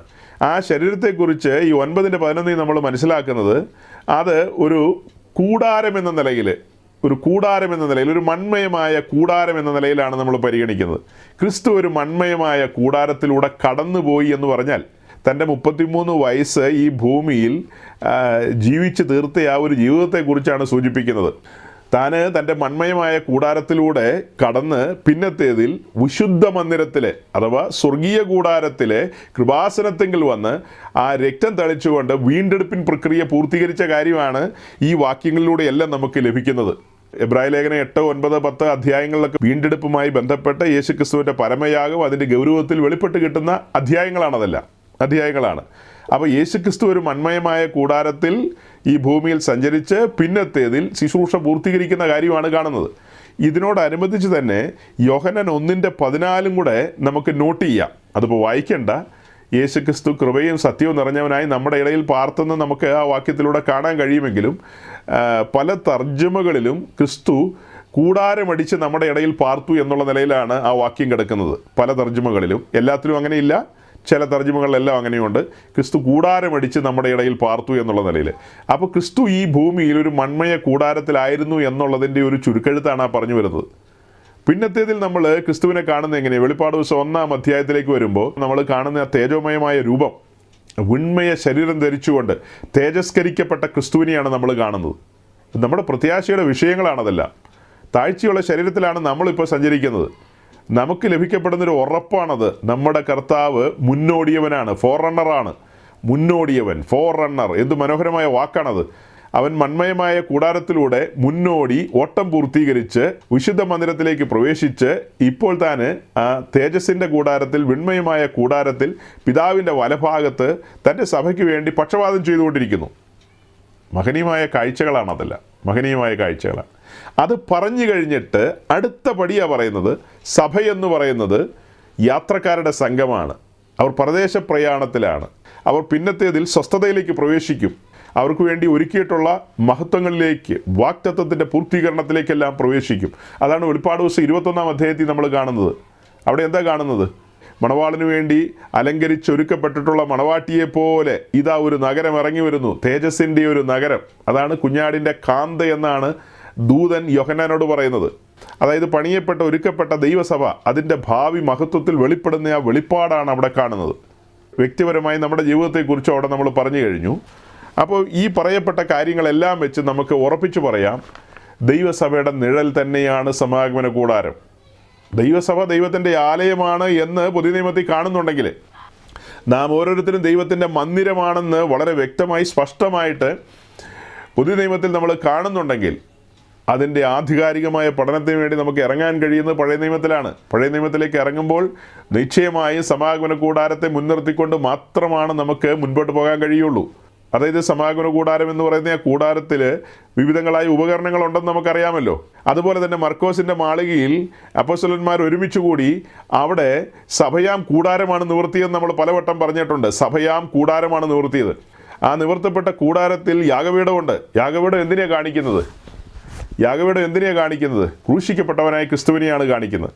അന്ന് അവിടെ പത്രോസ് തൻ്റെ ആദ്യ പ്രസംഗത്തിൽ ക്രൂശിക്കപ്പെട്ടവനായ ക്രിസ്തുവിനെയാണ് ഉയർത്തിയത്. ക്രൂശിക്കപ്പെട്ടവനായ ക്രിസ്തുവിനെ ഉയർത്തി എന്ന കാരണത്താലാണ് കേൾക്കപ്പെട്ട യഹൂദന്മാർക്ക് കുത്തുകൊണ്ടത്. അവർക്ക് കുത്തുകൊണ്ട് അവർ കരങ്ങൾ ഉയർത്തിക്കൊണ്ട് രക്ഷപ്പെടാൻ ഞങ്ങൾ എന്ത് ചെയ്യണമെന്ന് ചോദിച്ച് ദൈവത്തിൻ്റെ സന്നിധിയിലേക്ക് അടുത്തു വരികയായിരുന്നു. അങ്ങനെയല്ലേ നമ്മൾ കാണുന്നത്. അപ്പോൾ പത്രോസ് അവിടെ യാഗപീഠം ഉയർത്തി എന്നൊക്കെ നമ്മൾ പറയും. ആത്മീയമായ അർത്ഥങ്ങളോ കാര്യങ്ങളോ അറിയാത്ത മനുഷ്യർ നമ്മളെ ക്രിട്ടിസൈസ് ചെയ്യാനും വരും. അവർ ചോദിക്കുന്നത് അങ്ങനെയൊന്നും ഞങ്ങൾ വായിച്ചിട്ട് കണ്ടില്ലല്ലോ എന്നാണ് പറയുന്നത്. പത്രോസ് അവിടെ യാഗപീഠം ഉയർത്തി എന്നൊക്കെ എവിടെ എഴുതിയിരിക്കുന്നതെന്നാണ് ചില സഹോദരങ്ങൾ കമൻസിലൂടെയൊക്കെ പലപ്പോഴും ചോദിക്കാറ്. അതിനെങ്ങനെ മറുപടി കൊടുക്കും? ഒറ്റ വാക്യത്തിൽ മറുപടി കൊടുക്കാൻ പറ്റുമോ? അവരാരും ഇങ്ങനെയുള്ള പഠനങ്ങളോ കാര്യങ്ങളോ സമയമെടുത്ത് ക്ഷമാപൂർവ്വം കേൾക്കാനോ പഠിക്കാനോ അന്വേഷിക്കാനോ മനസ്സ് വയ്ക്കുന്നില്ല. അങ്ങനെ മനസ്സ് വെച്ചെങ്കിലല്ലേ ഈ കാര്യങ്ങളെ ഗ്രഹിക്കാൻ പറ്റുകയുള്ളൂ. മനസ്സ് വയ്ക്കുന്നില്ല. മനസ്സ് വയ്ക്കാത്ത ആളുകളെ നമ്മൾ എങ്ങനെ ധരിപ്പിക്കുമെന്നായി പറയുന്നത്? വലിയ ബുദ്ധിമുട്ടാണ്. ഈ കാര്യങ്ങളൊക്കെ വളരെ ഗൗരവമാണ്. ഈ കൂടാരത്തിൻ്റെ നിർമ്മിതിയെക്കുറിച്ച് നമ്മൾ ഏറ്റവും ആദ്യം കാണുന്ന വേദഭാഗം എന്ന് പറയുന്നത് പുറപ്പാട് ദിവസം 25-ാം അധ്യായത്തിൻ്റെ 8-9 വാക്യമാണ് ഗൗരവമായ വാക്യമായിട്ട് നമ്മൾ കാണുന്നത്. കഴിഞ്ഞ തവണ നമ്മൾ സമാഗമന കൂടാരത്തിൻ്റെ ആ സ്റ്റഡിയിലേക്ക് വന്നപ്പോൾ നമ്മുടെ കുറിവാക്യം എന്ന നിലയിൽ നമ്മൾ എപ്പോഴും മുൻനിർത്തിയിരുന്ന വാക്യമാണ് പുറപ്പാട് ദിവസം 25-ന്റെ 8-9 എക്സോഡസ് ചാപ്റ്റർ 25 വേഴ്സ് 8 and 9. ആ വാക്യം വായിച്ചുകൊണ്ടാണ് എല്ലാ ആഴ്ചയും നമ്മൾ മുൻപോട്ട് പോയിക്കൊണ്ടിരുന്നത്. ആ വാക്യം ഇതുവരെ നമ്മൾ വായിച്ചില്ല. ഇപ്പോൾ ഒരു ഔട്ട്ലൈനാണ് ഈ പറയുന്നത്. പൊതുവായ ചില കാര്യങ്ങൾ പറഞ്ഞിങ്ങനെ മുന്നോട്ട് പോകുന്നതുകൊണ്ടാണ് ആ വാക്യമൊന്നും വായിക്കാതിരുന്നത്. എന്നാൽ ഇപ്പോൾ നമ്മൾ ആ വാക്യം ഒന്ന് വായിക്കുകയാണ്. ആ വാക്യം വായിച്ച് കുറച്ച് കാര്യങ്ങളും കൂടെ പറഞ്ഞ് നമുക്ക് ഇന്ന് നമ്മുടെ ഈ ധ്യാനം അവസാനിപ്പിക്കാം. പുറപ്പാട് ദിവസം 25-ന്റെ 8-9. ഞാൻ അവരുടെ നടുവിൽ വസിക്കുവാൻ അവർ എനിക്ക് ഒരു വിശുദ്ധ മന്ദിരം ഉണ്ടാക്കണം. തിരുനിവാസവും അതിന്റെ ഉപകരണങ്ങളും ഞാൻ കാണിക്കുന്ന മാതൃക പ്രകാരം ഒക്കെയും തന്നെ ഉണ്ടാക്കണം. ഈ വായിച്ച വാക്യപ്രകാരം വലിയവനായ ദൈവം മോശയോട് പറയാണ്, ഞാൻ കാണിച്ച മാതൃക പ്രകാരം തിരുനിവാസം ഉണ്ടാക്കണം. വിശുദ്ധ മന്ദിരത്തിൻ്റെ നിർമ്മിതിക്ക് പർവ്വതത്തിൽ വെച്ച് കാണിച്ചു തന്ന മാതൃക പ്രകാരം, അതായത് പർവ്വതത്തിൽ വെച്ച് മോശയ്ക്ക് ലഭിക്കപ്പെട്ട ആ ഒരു ബ്ലൂ പ്രിൻ്റ് ഉണ്ടല്ലോ, അതിനനുസരിച്ചൊരു സ്കെച്ചും പ്ലാനും മോശയ്ക്ക് ലഭിച്ചിട്ടുണ്ട്. അളവ് തെറ്റരുത്, 1 മില്ലിമീറ്റർ പോലും തെറ്റരുത്.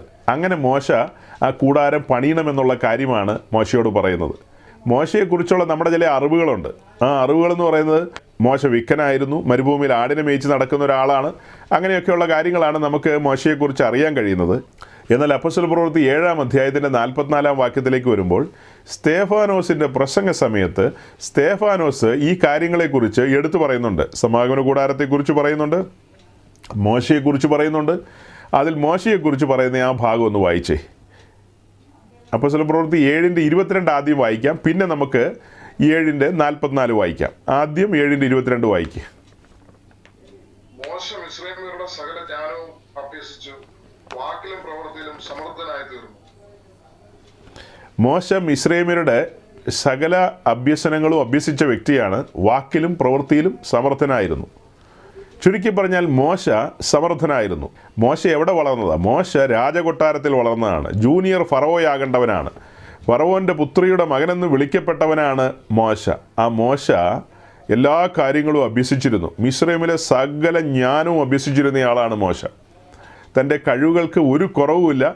അത്ര പ്രഗത്ഭനും മിടുക്കനുമായിരുന്നു. പക്ഷേ 40 വർഷക്കാലത്തെ മരുഭൂമി വാസം, ആടുകളുടെ ഇടയിലുള്ള വാസം, ആടുകളുമായി ബന്ധപ്പെട്ടുള്ള ആ ജീവിതം, അമ്മായിപ്പൻ്റെ വീട്ടിലെ ജീവിതം, അങ്ങനെ പലതും പറയാനുണ്ട്.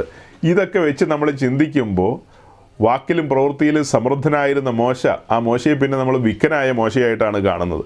അതുമാത്രമല്ല, വളരെ സൗമ്യതയുടെ ഒരു ആൾരൂപമായിട്ടാണ് മോശയെ നമ്മൾ കാണുന്നത്. ഫറവോൻ്റെ കൊട്ടാരത്തിലിരിക്കുന്ന മോശയെ കൊണ്ട് സമാഗമന കൂടാരം വേണമെങ്കിൽ വലിയവനായ ദൈവത്തിന് ഉണ്ടാക്കിക്കാമായിരുന്നു. ഒരു വെളിപ്പാട് പറയാ കേട്ടോ, ഒരു വെളിപ്പാടാണ് പറയുന്നത്.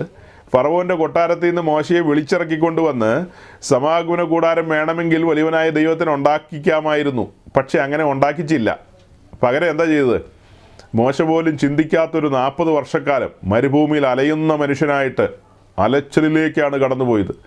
അവിടുത്തെ ചൂടും ശീതവും അമ്മായിപ്പൻ്റെ വീട്ടിലെ വർത്തമാനങ്ങളും എന്നു വേണ്ട ആടിൻ്റെ ശബ്ദവും, അങ്ങനെ മരുഭൂമിയുടെ ഏകാന്തതകൾ, അങ്ങനെ ദീർഘവർഷങ്ങൾ, അങ്ങനെ ദീർഘവർഷങ്ങൾ. ഇനി എന്തെന്നുള്ള ചോദ്യമൊന്നും തൻ്റെ മുമ്പിൽ ചിലപ്പോൾ കാണില്ലായിരിക്കാം.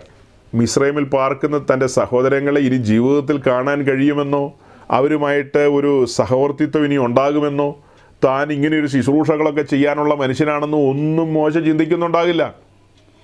പക്ഷെ വലിയവനായ ദൈവം നോക്കിക്കൊണ്ടിരിക്കുകയാണ്. കാലസമ്പൂർണതയിൽ തൻ്റെ ദാസനായ മോശയെ പരുവപ്പെടുത്തി ഹോരേബ് എന്ന പർവ്വതത്തിലേക്ക് തന്നെ ആകർഷിക്കുകയാണ്.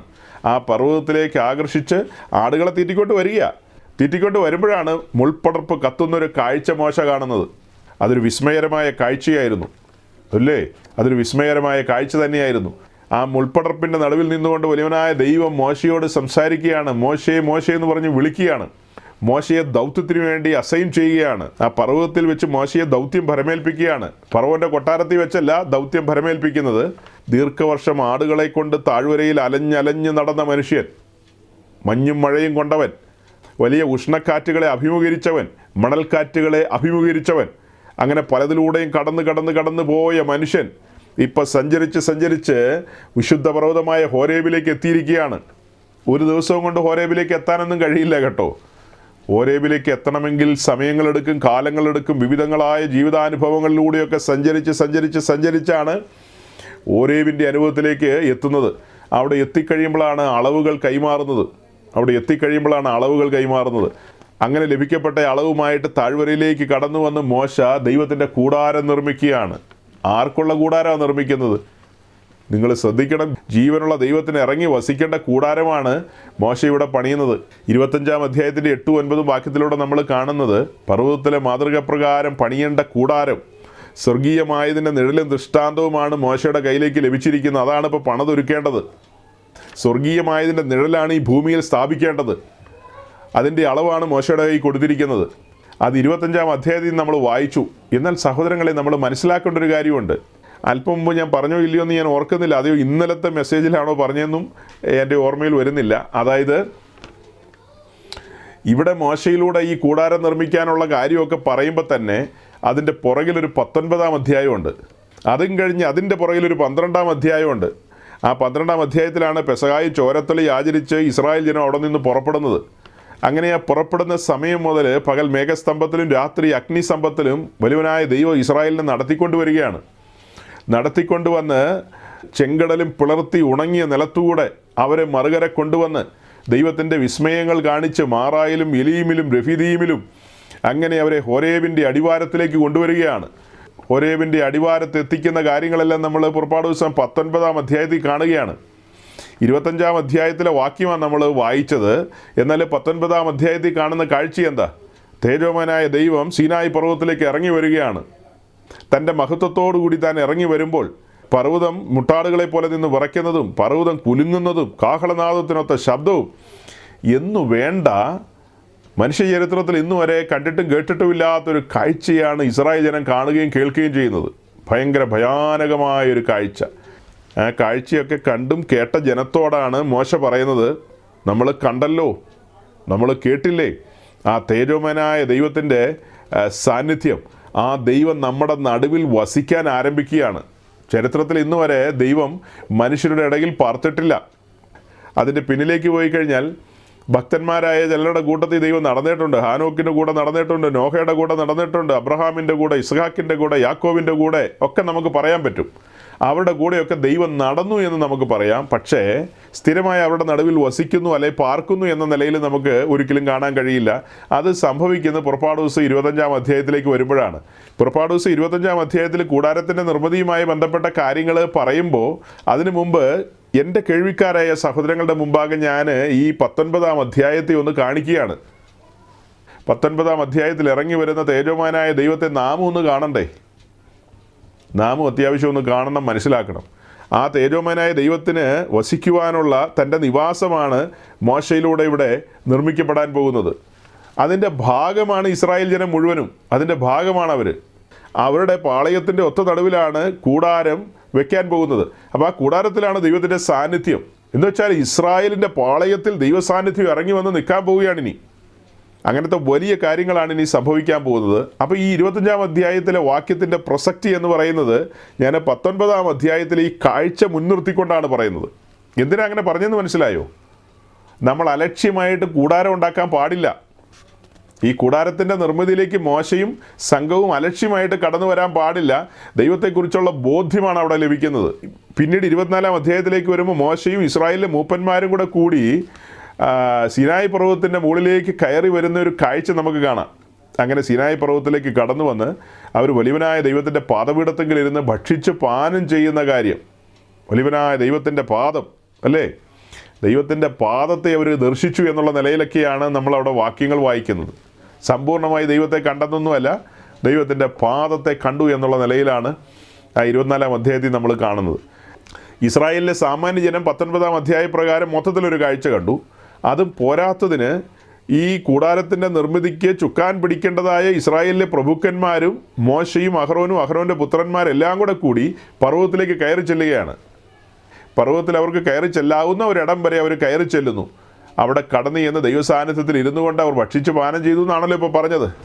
അപ്പോൾ അവർക്ക് കുറച്ചും കൂടെ കനത്ത വെളിപ്പാട് ലഭിക്കുകയാണ് അല്ലേ? താഴ്വരയിലിരിക്കുന്ന സാധാരണ ജനങ്ങൾക്ക് ലഭിക്കുന്നതിനേക്കാളും കുറച്ചും കൂടെ കനത്ത വെളിപ്പാട് അവർക്ക് ലഭിക്കുകയാണ്. ഉത്തരവാദിത്വം കൂടുതലാണ് അവർക്ക്. അപ്പോൾ അവരും ഈ കാഴ്ചയൊക്കെ കാണുകയാണ്. അതൊക്കെ കണ്ടു കഴിഞ്ഞ് താഴേക്ക് വന്നു. പിന്നത്തേതിലാണ് മോശ വഴി ഈ കാര്യങ്ങളെ പറയുന്നത്. പുറപ്പാട് 25-ൻ്റെ 8-9 വളരെ സീരിയസ് ആകുന്ന അവിടെയാണ്. ഞാൻ നിങ്ങളുടെ നടുവിൽ വസിപ്പാൻ നിങ്ങൾ എനിക്ക് ഒരു വിശുദ്ധ മന്ദിരം നിർമ്മിക്കണം. ആ വിശുദ്ധ മന്ദിരം എങ്ങനെയാണ് നിർമ്മിക്കേണ്ടത് എന്നുള്ള കാര്യങ്ങളാണ് പിന്നീടുള്ള അധ്യായങ്ങളിൽ നമ്മൾ കാണുന്നത്. അതിനെക്കുറിച്ചൊക്കെ നമുക്ക് അടുത്ത ദിവസം കൂടുതൽ ചിന്തിക്കാം. അതിൻ്റെ 31-ാം അധ്യായത്തിലേക്ക് വരുമ്പോൾ അവിടെ നമ്മൾ 2 വ്യക്തികളെ പരിചയപ്പെടുന്നുണ്ട്. പുറപ്പാട് ദിവസം 31-ാം അധ്യായത്തിലേക്ക് വരുമ്പോൾ അതിൻ്റെ ആദ്യത്തെ വാക്യത്തിൽ നമ്മൾ കാണുന്ന യഹോവ പിന്നെയും മോശയോട് കൽപ്പിച്ചതെന്തെന്നാൽ, ഇതാ ഞാൻ യഹൂദാ ഗോത്രത്തിൽ ഹൂരിൻ്റെ മകനായ ഊരിയുടെ മകൻ ബസലേലിനെ പേറുചൊല്ലി വിളിച്ചിരിക്കുന്നു. അത് കഴിഞ്ഞിട്ട് 6-ാം വാക്യത്തിലേക്ക് വരുമ്പോൾ നമുക്ക് കാണാം, ദാൻ ഗോത്രത്തിൽ അഹീസാമാക്കിൻ്റെ മകനായ ഒഹാലിയാവിനെ അവനോടുകൂടെ ആക്കുകയും സകല ജ്ഞാനികളുടെ ഹൃദയത്തിലും ജ്ഞാനം നൽകുകയും ചെയ്തിരിക്കുന്നു. അതായത് മോശയാണ് ഈ കൂടാരത്തിൻ്റെ നിർമ്മിതിയുടെ ചുക്കാൻ പിടിക്കുന്നതെങ്കിലും അതിൻ്റെ പ്രധാന മേൽനോട്ടക്കാരും അതിൻ്റെ പ്രധാന പണിക്കാരും മേൽനോട്ടക്കാരും എന്നുള്ള നിലയിലേക്ക് 2 പ്രിയപ്പെട്ടവരെ നമ്മൾ കാണുകയാണ്. ഒന്ന് ബസലേൽ, 2 ഒഹാലിയാവ്. ആ 2 പേരെക്കുറിച്ച് നമ്മൾ കാണുന്നത് അവരെ ജ്ഞാനാത്മാവിൽ നിറച്ചിരുന്നു എന്നുള്ളതാണ്. സ്വർഗീയമായ കൂടാരത്തിൻ്റെ നിഴല് ഈ ഭൂമിയിൽ നിർമ്മിക്കുമ്പോൾ അത് നിർമ്മിക്കുവാൻ കേവലമായ ബുദ്ധി കൊണ്ടൊന്നും അത് നിർമ്മിക്കാൻ കഴിയില്ല. സാമാന്യ ബുദ്ധി കൊണ്ട് നിർമ്മിക്കാവുന്ന കാര്യമാണോ അത്? ഒരിക്കലുമല്ല. അതുകൊണ്ട് അവരെ ജ്ഞാനാത്മാവിൽ നിറച്ചിരുന്നു. ജ്ഞാനാത്മാവിൽ നിറച്ചിരുന്ന ബസലേലിനെയും ഒഹാലിയാവിനെയും കൊണ്ടാണ് ഈ കൂടാരത്തിൻ്റെ പണിയും മറ്റ് കാര്യങ്ങളൊക്കെ മുൻപോട്ട് കൊണ്ടുപോയത്. അതിൻ്റെ വിശദാംശങ്ങളിലേക്കൊക്കെ നമ്മൾ പിന്നത്തേതിൽ കടന്നു പോകും. അതായത് ഈ കൂടാരത്തിൻ്റെ നിർമ്മിതിയെക്കുറിച്ച് കഴിഞ്ഞ തവണ നമ്മൾ ചിന്തിച്ചപ്പോൾ, അതായത് ഈ കൂടാരം എത്ര നാളുകൊണ്ട് നിർമ്മിച്ചു എന്നുള്ള കാര്യങ്ങളൊക്കെ കഴിഞ്ഞ ടാബർനാക്കിൾ സ്റ്റഡിയിൽ നമ്മൾ പറഞ്ഞിരുന്നില്ല. ചുരുങ്ങിയ സമയം കൊണ്ട് നിർമ്മിച്ചു എന്നാണ് അന്ന് പറഞ്ഞത്. എന്നാൽ ആ കാര്യങ്ങൾ മനസ്സിലാക്കാൻ കഴിയുന്ന ചില വാക്യങ്ങൾ നമുക്ക് വായിക്കാം. പുറപ്പാട് ദിവസം 12-ാം അധ്യായത്തിൻ്റെ 2-ാം വാക്യം. ഈ മാസം നിങ്ങൾക്ക് മാസങ്ങളുടെ ആരംഭമായി ആണ്ടിൽ 1-ാം മാസമായിരിക്കണം. ഈ മാസം നിങ്ങൾക്ക് മാസങ്ങളുടെ ആരംഭമായി ആണ്ടിൽ 1-ാം മാസമായിരിക്കണം. അതായത് ആബിബ് മാസത്തെക്കുറിച്ചാണ് പറയുന്നത്. ആബിബ് മാസം അവർക്ക് മാസങ്ങളുടെ ആരംഭ മാസമായിട്ടാണ് പരിഗണിക്കുന്നത്. അപ്പോൾ അതിൻ്റെ താഴേക്ക് വായിക്കുമ്പോൾ നമുക്ക് കാണാം, അവർ ആബിബ് മാസം 10-ാം തീയതി ഒരു ആടിനെ മേടിക്കുന്നു, ആബിബ് മാസം 14-ാം തീയതി ആടിനെ അറക്കുന്നു. ഈ കാര്യങ്ങളൊക്കെ നമുക്കറിയാം. അങ്ങനെ ആബിബ് മാസം 14-ാം തീയതി സന്ധ്യാസമയത്ത് ഇസ്രായേൽ മിസ്രൈമിൽ നിന്ന് പുറപ്പെടുകയാണ്. ഇത് ശ്രദ്ധിക്കണം. അങ്ങനെ ഇസ്രായേൽ ആബിബ് മാസം 14-ാം തീയതി സന്ധ്യാസമയത്ത് മിസ്രൈമിൽ നിന്ന് പുറപ്പെടുകയാണ്. അത് കഴിഞ്ഞിട്ട് 19-ാം അധ്യായത്തിൻ്റെ 1-ാം വാക്യത്തിലേക്ക് വരുമ്പോൾ, പുറപ്പാട് ദിവസം തന്നെ 19-ാം അധ്യായം അതിൻ്റെ 1-ാം വാക്യം. ഇസ്രായേൽ മക്കൾ മിസ്രൈം ദേശത്ത് നിന്ന് പുറപ്പെട്ടതിന്റെ 3-ാം മാസത്തിൽ അതേ ദിവസം അവർ സീനായി മരുഭൂമിയിലെത്തി. എങ്ങനെയാണ് വായിച്ചത്? ഇസ്രായേൽ മക്കൾ മിസ്രൈം ദേശത്ത് നിന്ന് പുറപ്പെട്ടതിൻ്റെ 3-ാം മാസം അതേ ദിവസം അവർ സീനായി മരുഭൂമിയിലെത്തി. അപ്പോൾ അവർ സീനായിലെത്തിയത് 3-ാം മാസത്തിലാണ്. ഇസ്രായേൽ മിസ്രൈമിൽ നിന്ന് പുറപ്പെട്ടതിൻ്റെ 3-ാം മാസം, അതായത് 90 ദിവസം കഴിഞ്ഞപ്പോൾ അവർ സീനായിലെത്തി. ഇസ്രായേലിൻ്റെ മാസങ്ങളിൽ 30 ദിവസമേ ഉള്ളൂ. അത് ഓർത്തിരിക്കണം. 31, 32 ഇല്ല. അവരുടെ മാസത്തിന് 30 ദിവസത്തിൻ്റെ കണക്കാണ്. അപ്പോൾ അവർ 90 ദിവസവും കൊണ്ട് സീനായിലെത്തി. 24-ാം അധ്യായത്തിൻ്റെ 18-ാം വാക്യത്തിലേക്ക് വരുമ്പോൾ, മോശയോ മേഘത്തിന്റെ നടുവിൽ പർവ്വതത്തിൽ കയറി. മോശ 40 പകലും 40 രാവും പർവ്വതത്തിലായിരുന്നു. ഇസ്രായേൽ ജനം 3 മാസവും കൊണ്ട് സീനായി പർവ്വതത്തിൻ്റെ അടിവാരത്തിലെത്തി. അവിടെ എത്തിയതിന് ശേഷം മോശ പർവ്വതത്തിലേക്ക് കയറുകയാണ്. 40 പകലും 40 രാവും മോശ പർവ്വതത്തിലായിരുന്നു. പിന്നീട് മോശ താഴ്വരയിലേക്ക് ഇറങ്ങി വന്നു. അവിടെ പിന്നെ ചില അനിഷ്ട സംഭവങ്ങളുണ്ടായി, അത് നമുക്കറിയാം. അങ്ങനെ വീണ്ടും മോശ പർവ്വതത്തിലേക്ക് കയറി ഒരു 40 ദിവസവും കൂടെ ദൈവസന്നിധിയിലായിരിക്കുകയാണ്. അങ്ങനെ 40 80 ദിവസം. അപ്പോൾ ഇവിടെ പുറപ്പെട്ട് അവരിവിടെ എത്തിയിട്ട് 3 മാസമായി. 3 മാസത്തിന് ശേഷം പിന്നെയും മുൻപോട്ട് നോക്കുകയാണെങ്കിൽ ഇപ്പോൾ 80 ദിവസം, അതായത് 3 മാസത്തോട് അടുക്കുന്നു. 10 ദിവസം കൂടെ ഉണ്ടെങ്കിൽ 3 മാസമായിന്ന് കൂട്ടാം. അപ്പോൾ ഏതാണ്ടൊരു 3 മാസത്തോട് അടുക്കുന്നു. 80 ദിവസമായി മോശ പർവ്വതത്തിലായിട്ട്. 34 അധ്യായത്തിൻ്റെ 28 വാക്യത്തിൽ മോശ വീണ്ടും പർവ്വതത്തിൽ 40 ദിവസം ഇരുന്നു എന്നുള്ള കാര്യം കാണിക്കാനാണ് 34-28 വാക്യം നോട്ട് ചെയ്യാൻ പറഞ്ഞത്. അത് വായിക്കണമെന്നില്ല. അപ്പം പുറപ്പാട് 34-28 വരുമ്പോൾ മോശ വീണ്ടും പർവ്വതത്തിൽ 40 ദിവസം ഇരുന്നു എന്നുള്ളതിൻ്റെ റെഫറൻസാണ്. അത് കഴിഞ്ഞിട്ട് നമുക്ക് 40 അധ്യായത്തിലേക്ക് വരണം. അത് കഴിഞ്ഞിട്ട് 40 അധ്യായത്തിലേക്ക്. ഇപ്പോൾ ചുരുക്കി പറഞ്ഞാൽ ഏതാണ്ടൊരു 6 മാസത്തിനടുക്കിലെത്തി. ഇനി 40 അധ്യായത്തിലേക്ക് വരുമ്പോൾ അതിന് 17 വാക്യം വായിച്ചേ. ഇങ്ങനെ 2-ാം സംവത്സരം 1-ാം മാസം 1-ാം തീയതി തിരുനിവാസം നിവർത്തി. അങ്ങനെ 40 അധ്യായത്തിലേക്ക് നമ്മൾ എത്തി. അതിന് 17 വാക്യം. ഇങ്ങനെ 2-ാം സംവത്സരം 1-ാം മാസം 1-ാം തീയതി തിരുനിവാസം നിവർത്തി. അപ്പോൾ അതിൽ നിന്ന് നമ്മൾ എങ്ങനെ കാൽക്കുലേറ്റ് ചെയ്തെടുക്കും? തുടക്കത്തിൽ നമ്മൾ പറഞ്ഞു 3 മാസം കൊണ്ട് അവർ സീനായിലെത്തി. സീനായിലെത്തിയതിന് ശേഷം ഏതാണ്ട് 80 ദിവസം മോശ പർവ്വതത്തിലായിരുന്നു. അതായത് 90 ദിവസമാണെങ്കിൽ 3 മാസം നമുക്ക് പരിഗണിക്കാം. ഏതാണ്ട് 3 മാസത്തിനടുക്കൽ ഒരു അപ്രോക്സിമേറ്റ് എടുത്താൽ മതിയല്ലോ. അങ്ങനെ ഏതാണ്ട് ഒരു 6 മാസം സമയം കഴിഞ്ഞതിന് ശേഷമാണ് അവർ പണി ആരംഭിക്കുന്നത്. മോശ അളവൊക്കെ ആയിട്ട് താഴ്വരയിലേക്ക് വരികയാണല്ലോ. അങ്ങനെ വന്നിട്ട് പണി ആരംഭിക്കുന്നു. പണി ആരംഭിച്ചത് പൂർത്തീകരിച്ച കാര്യമായി 17 വാക്യത്തിൽ കാണുന്നത്. ഇങ്ങനെ 2-ാം സംവത്സരം 1-ാം മാസം 1-ാം തീയതി തിരുനിവാസം നിവർത്തി. പറഞ്ഞു വന്നാൽ ഏതാണ്ട് 1.5 വർഷക്കാലം സമയമെടുത്തു. കഴിഞ്ഞ തവണത്തെ ടാബർനാക്കിൾ സ്റ്റഡിയിൽ ഇങ്ങനെയുള്ള കാര്യങ്ങൾ നമ്മൾ പറഞ്ഞിരുന്നില്ല. അതായത് എത്ര സമയം കൊണ്ടാണ് ഈ കൂടാരം നിർമ്മിച്ചത് എന്നുള്ള കാര്യം നമ്മൾ പറഞ്ഞിരുന്നില്ല. അതേസമയം യെരുശലേം ദൈവാലയം പണിയാനായിട്ട് എത്ര സമയം എടുത്തു എന്ന് ചോദിച്ചു കഴിഞ്ഞാൽ എന്ത് മറുപടി പറയും നവീനെ? യെരുശലേം ദൈവാലയം എത്ര വർഷം കൊണ്ടാണ് പണിതത്? സമാഗമന കൂടാരം 1.5 വർഷം എടുത്തെന്ന് ഞാൻ പറഞ്ഞു. യെരുശലേം ദൈവാലയം എത്ര വർഷം കൊണ്ട് പണിതെന്നാണ് നമ്മൾ വായിക്കുന്നത്?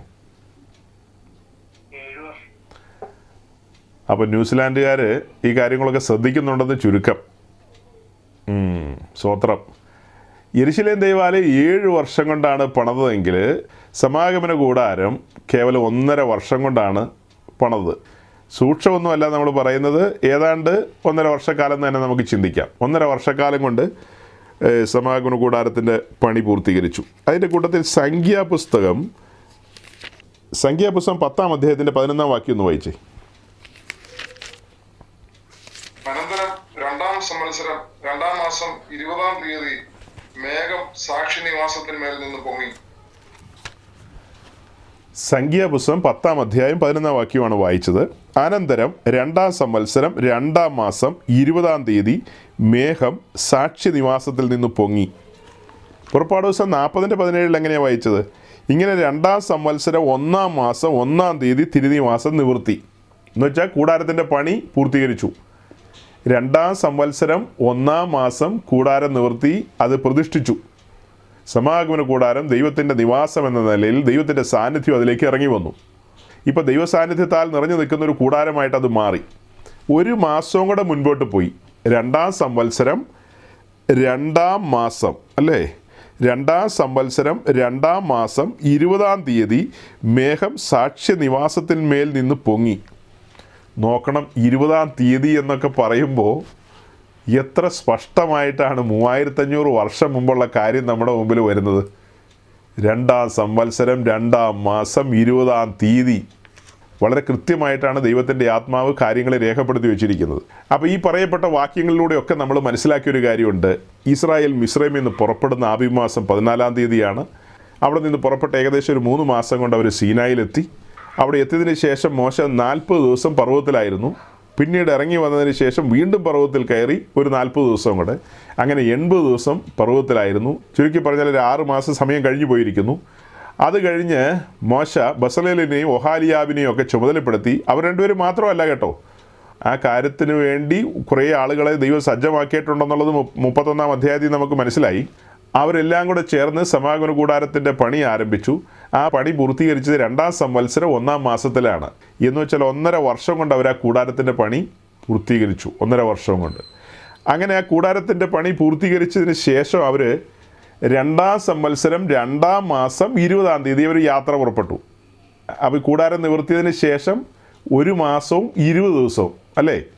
1 മാസവും 20 ദിവസവും കഴിഞ്ഞിട്ട് ഇവർ സീനായി വിട്ട് മുന്നോട്ട് പ്രയാണം ചെയ്യാൻ ആരംഭിച്ചു. അപ്പോൾ ഈ പറയപ്പെട്ട റെഫറൻസും കാര്യങ്ങളൊക്കെ നിങ്ങളുടെ മുമ്പിൽ വെച്ചത് ഈ പറയപ്പെട്ട കാര്യങ്ങളുടെ ഒരു ഗൗരവം മനസ്സിലാക്കാനാണ് ഈ വിഷയത്തിൻ്റെ റെഫറൻസൊക്കെ നിങ്ങളുടെ മുമ്പിൽ വെച്ചത്. ഇപ്പോൾ ഈ പറയുന്ന കാര്യങ്ങളെല്ലാം അതിൻ്റെ ഒരു അടിസ്ഥാനം, അതിൻ്റെ ഒരു ബേസിലുള്ള കാര്യങ്ങൾ മാത്രമാണ് ഈ പറയുന്നതൊക്കെ. നമ്മൾ പുറപ്പാട് ദിവസം 25-ാം അധ്യായത്തിലേക്ക് കടന്നു വന്നിട്ടാണ് കൂടാരത്തിൻ്റെ നിർമ്മിതിയും അതിൻ്റെ ആഴങ്ങളൊക്കെ കാണാൻ പോകുന്നത്. അതിലേക്ക് കടക്കുന്നതിന് മുമ്പ് ഇസ്രായേലിൻ്റെ പാളയത്തെ നമുക്കൊന്ന് ദർശിക്കേണ്ടതുണ്ട്. ഇപ്പോൾ അവർ സീനായിൽ വന്നിരിക്കുകയാണ്, പ്രമാണം ലഭിക്കപ്പെട്ടിരിക്കുകയാണ്. ഈ പ്രമാണപ്രകാരം തന്നെയാണ് അവരവിടെ പാളയമടിക്കുന്നത്. അത് കഴിഞ്ഞിട്ട് അവരുടെ പാളയം മുൻപോട്ട് മൂവ് ചെയ്യുന്ന കാര്യങ്ങളാണ് സംഖ്യാപുസ്തകം 1 മുതൽ 4 വരെയുള്ള അധ്യായങ്ങളിലേക്ക് വരുമ്പോൾ നമ്മൾ കാണുന്നത്. ആ കാര്യങ്ങളിലേക്കൊക്കെ കർത്താവ് അനുവദിച്ചാൽ നമുക്ക് അടുത്ത ആഴ്ച കടക്കാം. ഇസ്രായേലിൻ്റെ ക്യാമ്പ് എന്ന് പറയുന്ന ആ കാര്യത്തിലേക്കും അതുപോലെ അതിന് ശേഷം ആ കൂടാരത്തിൻ്റെ നിർമ്മിതിയും കാര്യങ്ങളിലേക്കൊക്കെ നമുക്ക് പ്രവേശിക്കേണ്ടതുണ്ട്. ഇന്ന് ചിന്തിച്ചതിൻ്റെ ഒരു രത്നച്ചുരുക്കം ഇത്രയേ ഉള്ളൂ. ദൈവസഭയുടെ നിഴലാണ് സമാഗമന കൂടാരം എന്നുള്ളതാണ് നമ്മളിന്ന് ചിന്തിച്ചത്. ദൈവസഭ സമാഗമന കൂടാരത്തിൻ്റെ നിഴലാണ്. സമാഗമന കൂടാരം എന്ന് പറയുന്നത് സ്വർഗത്തിലെ കൂടാരത്തിൻ്റെ നിഴലാണ്. സ്വർഗത്തിലെ കൂടാരത്തിൻ്റെ നിഴൽ എന്ന നിലയിൽ മോശയാൽ സമാഗമന കൂടാരം ഈ ഭൂമി പണിതു. ആ കൂടാരത്തിലേക്ക് നോക്കിക്കൊണ്ടാണ് കർത്താവിൻ്റെ അപ്പോസ്തലന്മാർ സഭയാം കൂടാരത്തെ ഉയർത്തിയതും അതിൻ്റെ പണിയിൽ ഏർപ്പെട്ടതും. അല്ലേ? ആ കൂടാരത്തിലേക്ക് നോക്കുമ്പോൾ പത്രോസ് കാണുന്നത് ഒരേ ഒരു വാതിലാണ്, ഒറ്റ വാതിൽ മാത്രം. അത്യുന്നതനായ ദൈവത്തിൻ്റെ സന്നിധിയിലേക്ക് ഒരു പാപിയായ മനുഷ്യന് പ്രവേശിക്കണമെങ്കിൽ ഒരേ ഒരു വാതിലാണ് പത്രോസ് കാണുന്നത്. അതുകൊണ്ടാണ് യെരുശലേമിൻ്റെ തെരുവിൽ നിന്നുകൊണ്ട് പത്രോസ് വിളിച്ചു പറയുന്നത്, മറ്റൊരുത്തരിലും രക്ഷയില്ല, മറ്റൊരു വാതിൽ വഴിയും പാപിയായ മനുഷ്യന് പരിശുദ്ധനായ ദൈവത്തിങ്കിലേക്ക് പ്രവേശിക്കുവാൻ കഴിയില്ല. യേശുക്രിസ്തു എന്ന ഒരേ ഒരു വഴിയിലൂടെ മാത്രമേ പാപിയായ മനുഷ്യന് പരിശുദ്ധനായ ദൈവത്തിങ്കിലേക്ക് അടുക്കാൻ കഴിയൂ എന്നുള്ള ആ കാര്യങ്ങളൊക്കെ അപ്പോസ്തലന്മാർ എത്ര സമൃദ്ധമായിട്ടാണ് യഹൂദിയിലും ശമരിയയിലും അരാമിലും എന്നുവേണ്ട തർസോസിലും ഗലാത്തിയിലും കൊരിന്തിയിലും എല്ലാ ദിക്കിലും ഈ കൂടാരത്തെ മുൻനിർത്തിക്കൊണ്ടാണ് അവർ സംസാരിച്ച്. ആ കൂടാരത്തിന് മുൻപിൽ കത്തുന്ന യാഗപീഠത്തിൽ യാഗമൃഗം തകർക്കപ്പെട്ട് കിടക്കുന്ന കാഴ്ച അവരുടെ കൺമുമ്പിലുണ്ട്. ആ കാഴ്ച കണ്ടുകൊണ്ട് ആത്മാവിൽ അവർ പറയുകയാണ്, നമ്മുടെ കർത്താവ് യേശുക്രിസ്തുവും അറുക്കപ്പെട്ടു, നമ്മുടെ പെസഹ കുഞ്ഞാടും അറുക്കപ്പെട്ടു. അറുക്കപ്പെട്ട കുഞ്ഞാടിനെയാണ് പത്രോസാകട്ടെ, പൗലോസാകട്ടെ, യോഹന്നാനാകട്ടെ ജനത്തിന് മുമ്പാകെ അവതരിപ്പിച്ചത്. അതൊക്കെ വെളിപ്പെടുത്താനായിട്ടുള്ള വെളിപ്പാട് അവർക്ക് എവിടെ നിന്നാണ് ലഭിക്കുന്നത്? ഈ കൂടാരം അവരുടെ മുമ്പിലുണ്ടല്ലോ. ഈ കൂടാരം അവരുടെ മുമ്പിലുണ്ട്. തിരുവെഴുത്തുകളിൽ പറയുന്ന കാര്യങ്ങളെയൊക്കെ ഗ്രഹിക്കാനും മനസ്സിലാക്കാനും പാകത്തിന് അവരുടെ അന്തർനേത്രങ്ങളെ കൂടുതൽ പ്രകാശിപ്പിച്ചു കൊടുത്തു. അങ്ങനെ ഈ തിരുവെഴുത്തുകളിൽ നിന്ന് ക്രിസ്തുവിനെ അവർ ആഴത്തിൽ കണ്ടെത്തുകയാണ്. ആ കാര്യങ്ങളെ അങ്ങനെ തന്നെ വിശദീകരിച്ചതുകൊണ്ടാണ് യഹൂദന്മാരിൽ നിന്ന് വലിയൊരു കൂട്ടം ജനം വിശ്വാസ വഴിയിലേക്ക് വന്നത്. പുരോഹിതന്മാരിലും നല്ലൊരു കൂട്ടം വിശ്വാസം സ്വീകരിക്കുവാനും മുന്നോട്ട് വരുവാനും ഇടയായി തീർന്നു. അഹ്റോന്റെ പുത്രന്മാരെന്നുള്ള നിലയിൽ അറിയപ്പെടുന്ന പുരോഹിതന്മാരും ലേവ്യ പുരോഹിതന്മാരും ഒക്കെ ക്രിസ്തുയേശുവിനെ രക്ഷിതാവായി സ്വീകരിച്ചുകൊണ്ട് വിശ്വാസ വഴിയിലേക്ക് കടന്നു വരുവാനിടയായി. അപ്പോസ്തലന്മാരുടെ ആ കാലഘട്ടത്തിലെ ശുശ്രൂഷയും പ്രസംഗമൊക്കെ നിമിത്തം. അങ്ങനെയെങ്കിൽ ഈ കാലഘട്ടത്തിൽ നമ്മൾ ജീവിക്കുന്ന ഈ തലമുറയിൽ നമ്മൾ തിരുവെഴുത്തുകളെ അതിൻ്റെ ഗൗരവത്തിൽ പ്രസംഗിക്കുകയാണെങ്കിൽ കേൾവിക്കാരൻ്റെ ഉള്ളം കത്തില്ലേ? കേൾവിക്കാരൻ്റെ ഉള്ളം കത്തില്ലേ? നമ്മൾ തിരുവെഴുത്തുകളിലൂടെ ക്രിസ്തുവിനെ വെളിപ്പെടുത്തി കൊടുക്കുകയാണെങ്കിൽ നമ്മൾ അതിലേക്ക് പറഞ്ഞു വരുന്നുള്ളൂ കേട്ടോ. നമ്മൾ അതിലേക്ക് പറഞ്ഞു വരുന്നേ ഉള്ളൂ. ആ പ്രസിദ്ധനായ മൂപ്പൻ പറഞ്ഞ കാര്യത്തിൻ്റെ ഒരു മറുപടിയാണ് പറഞ്ഞത്. ദൈവസഭയുടെ നിഴലാണ് സമാഗമന കൂടാരം എന്നുള്ള കാര്യമാണ് ഇത്രയും പറഞ്ഞുകൊണ്ടിരുന്നത്. അതിൻ്റെ പഠനങ്ങളും അതിൻ്റെ കാര്യങ്ങളിലേക്കൊക്കെ നമ്മൾ കടന്നുപോയില്ലേ? ഈ കാര്യങ്ങൾ നമ്മുടെ നാട്ടിലുള്ള എപ്പിസ്കോപ്പൽ സമൂഹങ്ങൾക്കൊന്നും അറിയില്ല. അവർക്കറിയില്ല. അമ്പരചുംബികളായ പള്ളിക്കെട്ടിടങ്ങൾ പണിത് അതിൽ വലിയവനായ ദൈവത്തിൻ്റെ സാന്നിധ്യം ഉണ്ടെന്ന് അവരുടെ ഇടയിലുള്ള ജനങ്ങളെ തെറ്റിദ്ധരിപ്പിച്ചുകൊണ്ടിരിക്കുകയാണ്. ആ കാര്യങ്ങളെക്കുറിച്ചൊക്കെയുള്ള ബോധ്യം നമുക്ക് ലഭിക്കണമെങ്കിൽ ഇങ്ങനെയുള്ള പഠനങ്ങളിലേക്ക് വരണം സഹോദരങ്ങളെ. ഈ പഠനങ്ങളിലേക്ക് വന്നതിന് ശേഷം ഒത്തിരി പ്രിയപ്പെട്ടവർ എന്നോട് പറയുവാനിടയായിട്ടുണ്ട്, ഞങ്ങൾ ശരിക്കും കൺഫ്യൂസ്ഡ് ആയിരുന്നു. ഞങ്ങൾക്ക് ഈ യെരുശലേം ദേവാലയം എന്നും സമാഗമന കൂടാരം എന്നൊന്നും പറഞ്ഞാൽ അത്ര അങ്ങ് മനസ്സിലായിരുന്നില്ല. നമ്മുടെ പെന്തിക്കോസ്ത് സഭാ ഹോളുകളിലേക്കൊക്കെ വരുമ്പോൾ അവിടെ പാസ്റ്റർമാരൊക്കെ പറയും ദൈവത്തിൻ്റെ ആലയത്തിൽ വന്നിരിക്കുകയാണെന്നൊക്കെ. ഞങ്ങളൊക്കെ അത് കേട്ട് ആമയും പറഞ്ഞ മനുഷ്യരാണ്. ഞങ്ങൾക്ക് അങ്ങനെ മറിച്ച് ചിന്തിക്കേണ്ട ആവശ്യമില്ല. യെരുശലേം ദേവാലയം ഞങ്ങൾ കേട്ടിട്ടുണ്ട്. ഇപ്പം നമ്മൾ കടന്നു വന്നിരിക്കുന്ന ഈ സഭാ ഹോൾ എന്ന് പറയുന്നത് ദൈവത്തിൻ്റെ ആലയം എന്ന് ചിന്തിക്കുന്നതിൽ എന്താ തെറ്റ്? ഒരു തെറ്റുമില്ല. അങ്ങനെ അവർ ചിന്തിച്ചിരുന്നത്. പക്ഷെ അത് തരംതിരിച്ച് പറയുകയും പഠിപ്പിക്കുകയൊക്കെ ചെയ്തപ്പോൾ ഒത്തിരി പേരുടെ കണ്ണ് തുറക്കാൻ ഇടയായിട്ടുണ്ട്. അതായത് എല്ലാ കാലത്തും ദൈവത്തിന് ഒരാലയമേ ഉള്ളൂ, ഒന്നിലധികം ആലയമില്ല. സമാഗമന കൂടാരത്തിൻ്റെ കാലഘട്ടത്തിൽ യെരുശലേം ദേവാലയം പണിയപ്പെട്ടിട്ടില്ല. യെരുശലേം ദേവാലയം പണിയപ്പെടുവാൻ ആരംഭിച്ചപ്പോൾ സമാഗമന കൂടാരം ചുരുട്ടി വെച്ചു. യെരുശലേം ദേവാലയത്തിൻ്റെ തിരശീല ചിന്തിക്കൊണ്ടാണ് പുതിയ നിയമ സഭയാം കൂടാരം ആരംഭിച്ചത്, അല്ലേ? യെരുശലേം ദേവാലയത്തിൻ്റെ തിരശീല ചിന്തിക്കൊണ്ടാണ് സഭയാംകൂടാരം മർക്കോസിൻ്റെ മാളികയിൽ നിവർത്തിയത്. അവിടെ മുതൽ പുതിയൊരു പണി ആരംഭിക്കുകയാണ്, ദൈവത്തിൻ്റെ നിത്യനിവാസത്തിൻ്റെ പണി. അതുവരെയുള്ള 2 നിവാസങ്ങളോ, സമാഗമന കൂടാരം എന്ന് പറയുന്നതും യെരുശലേം ദേവാലയം എന്ന് പറയുന്നതും താൽക്കാലിക നിവാസങ്ങളാണ്. ദൈവത്തിൻ്റെ നിത്യനിവാസം എന്ന് പറയുന്നത് ദൈവസഭയാണ്. അപ്പോൾ ആ ദൈവസഭയുടെ പണിയിൽ ഏർപ്പെട്ടിരിക്കുന്ന ദൈവദാസന്മാർ എത്ര ശുഷ്കാന്തി ഉള്ളവരായിരിക്കണം, എത്ര ദൈവഭയമുള്ളവരായിരിക്കണം, എത്ര വെളിപ്പാടിൽ നിന്നുകൊണ്ടായിരിക്കണം അവർ കാര്യങ്ങളെ കൈകാര്യം ചെയ്യേണ്ടത്. അങ്ങനെയാണോ ഇന്ന് കാര്യങ്ങളെ കൈകാര്യം ചെയ്യുന്നത്? ഇന്നലെ വൈകിട്ടത്തെ മെസ്സേജിനകത്ത് ഞാൻ രക്ഷയും സ്നാനവും ചേർത്ത് വെച്ച് ചില കാര്യങ്ങൾ പറഞ്ഞിട്ടുണ്ട്. സമയമുള്ളവർ പിന്നത്തേതിൽ ആ മെസ്സേജുകൾ കേൾക്കണം.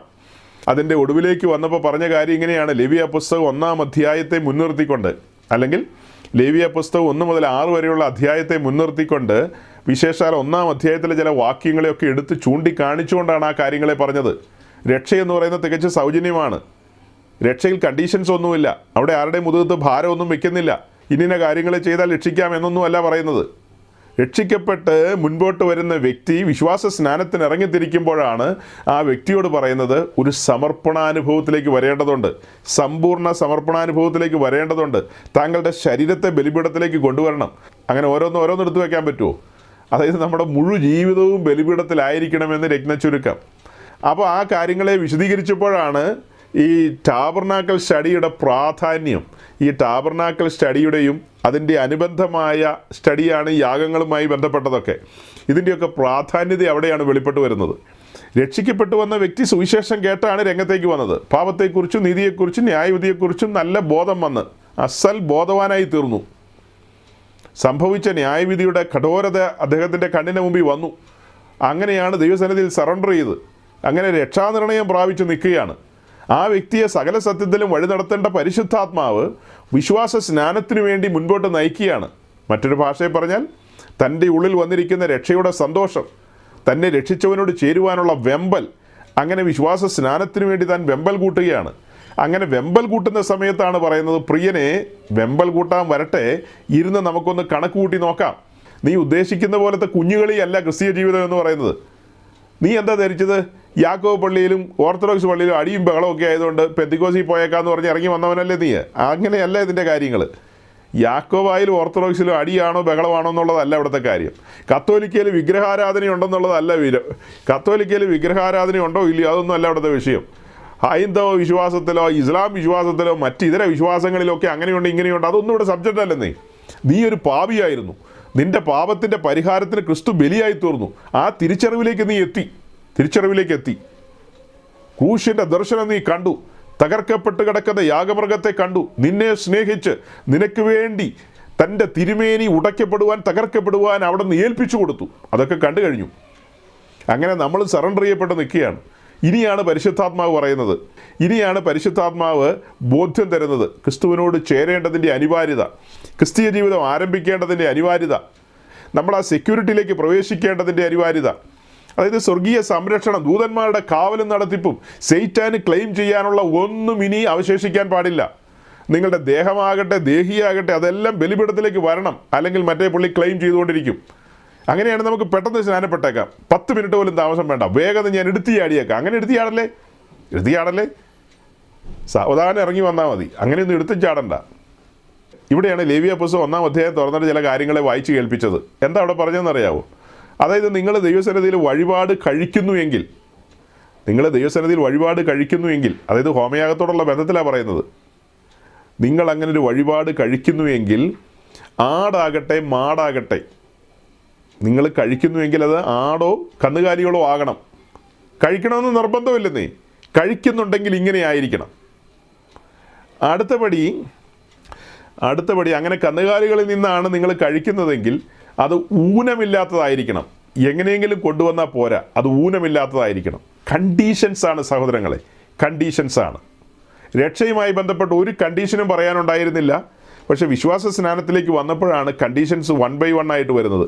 നിങ്ങളുടെ ശരീരം സമർപ്പിക്കേണ്ടതുണ്ട്, നിങ്ങളെ തന്നെ സമർപ്പിക്കേണ്ടതുണ്ട്.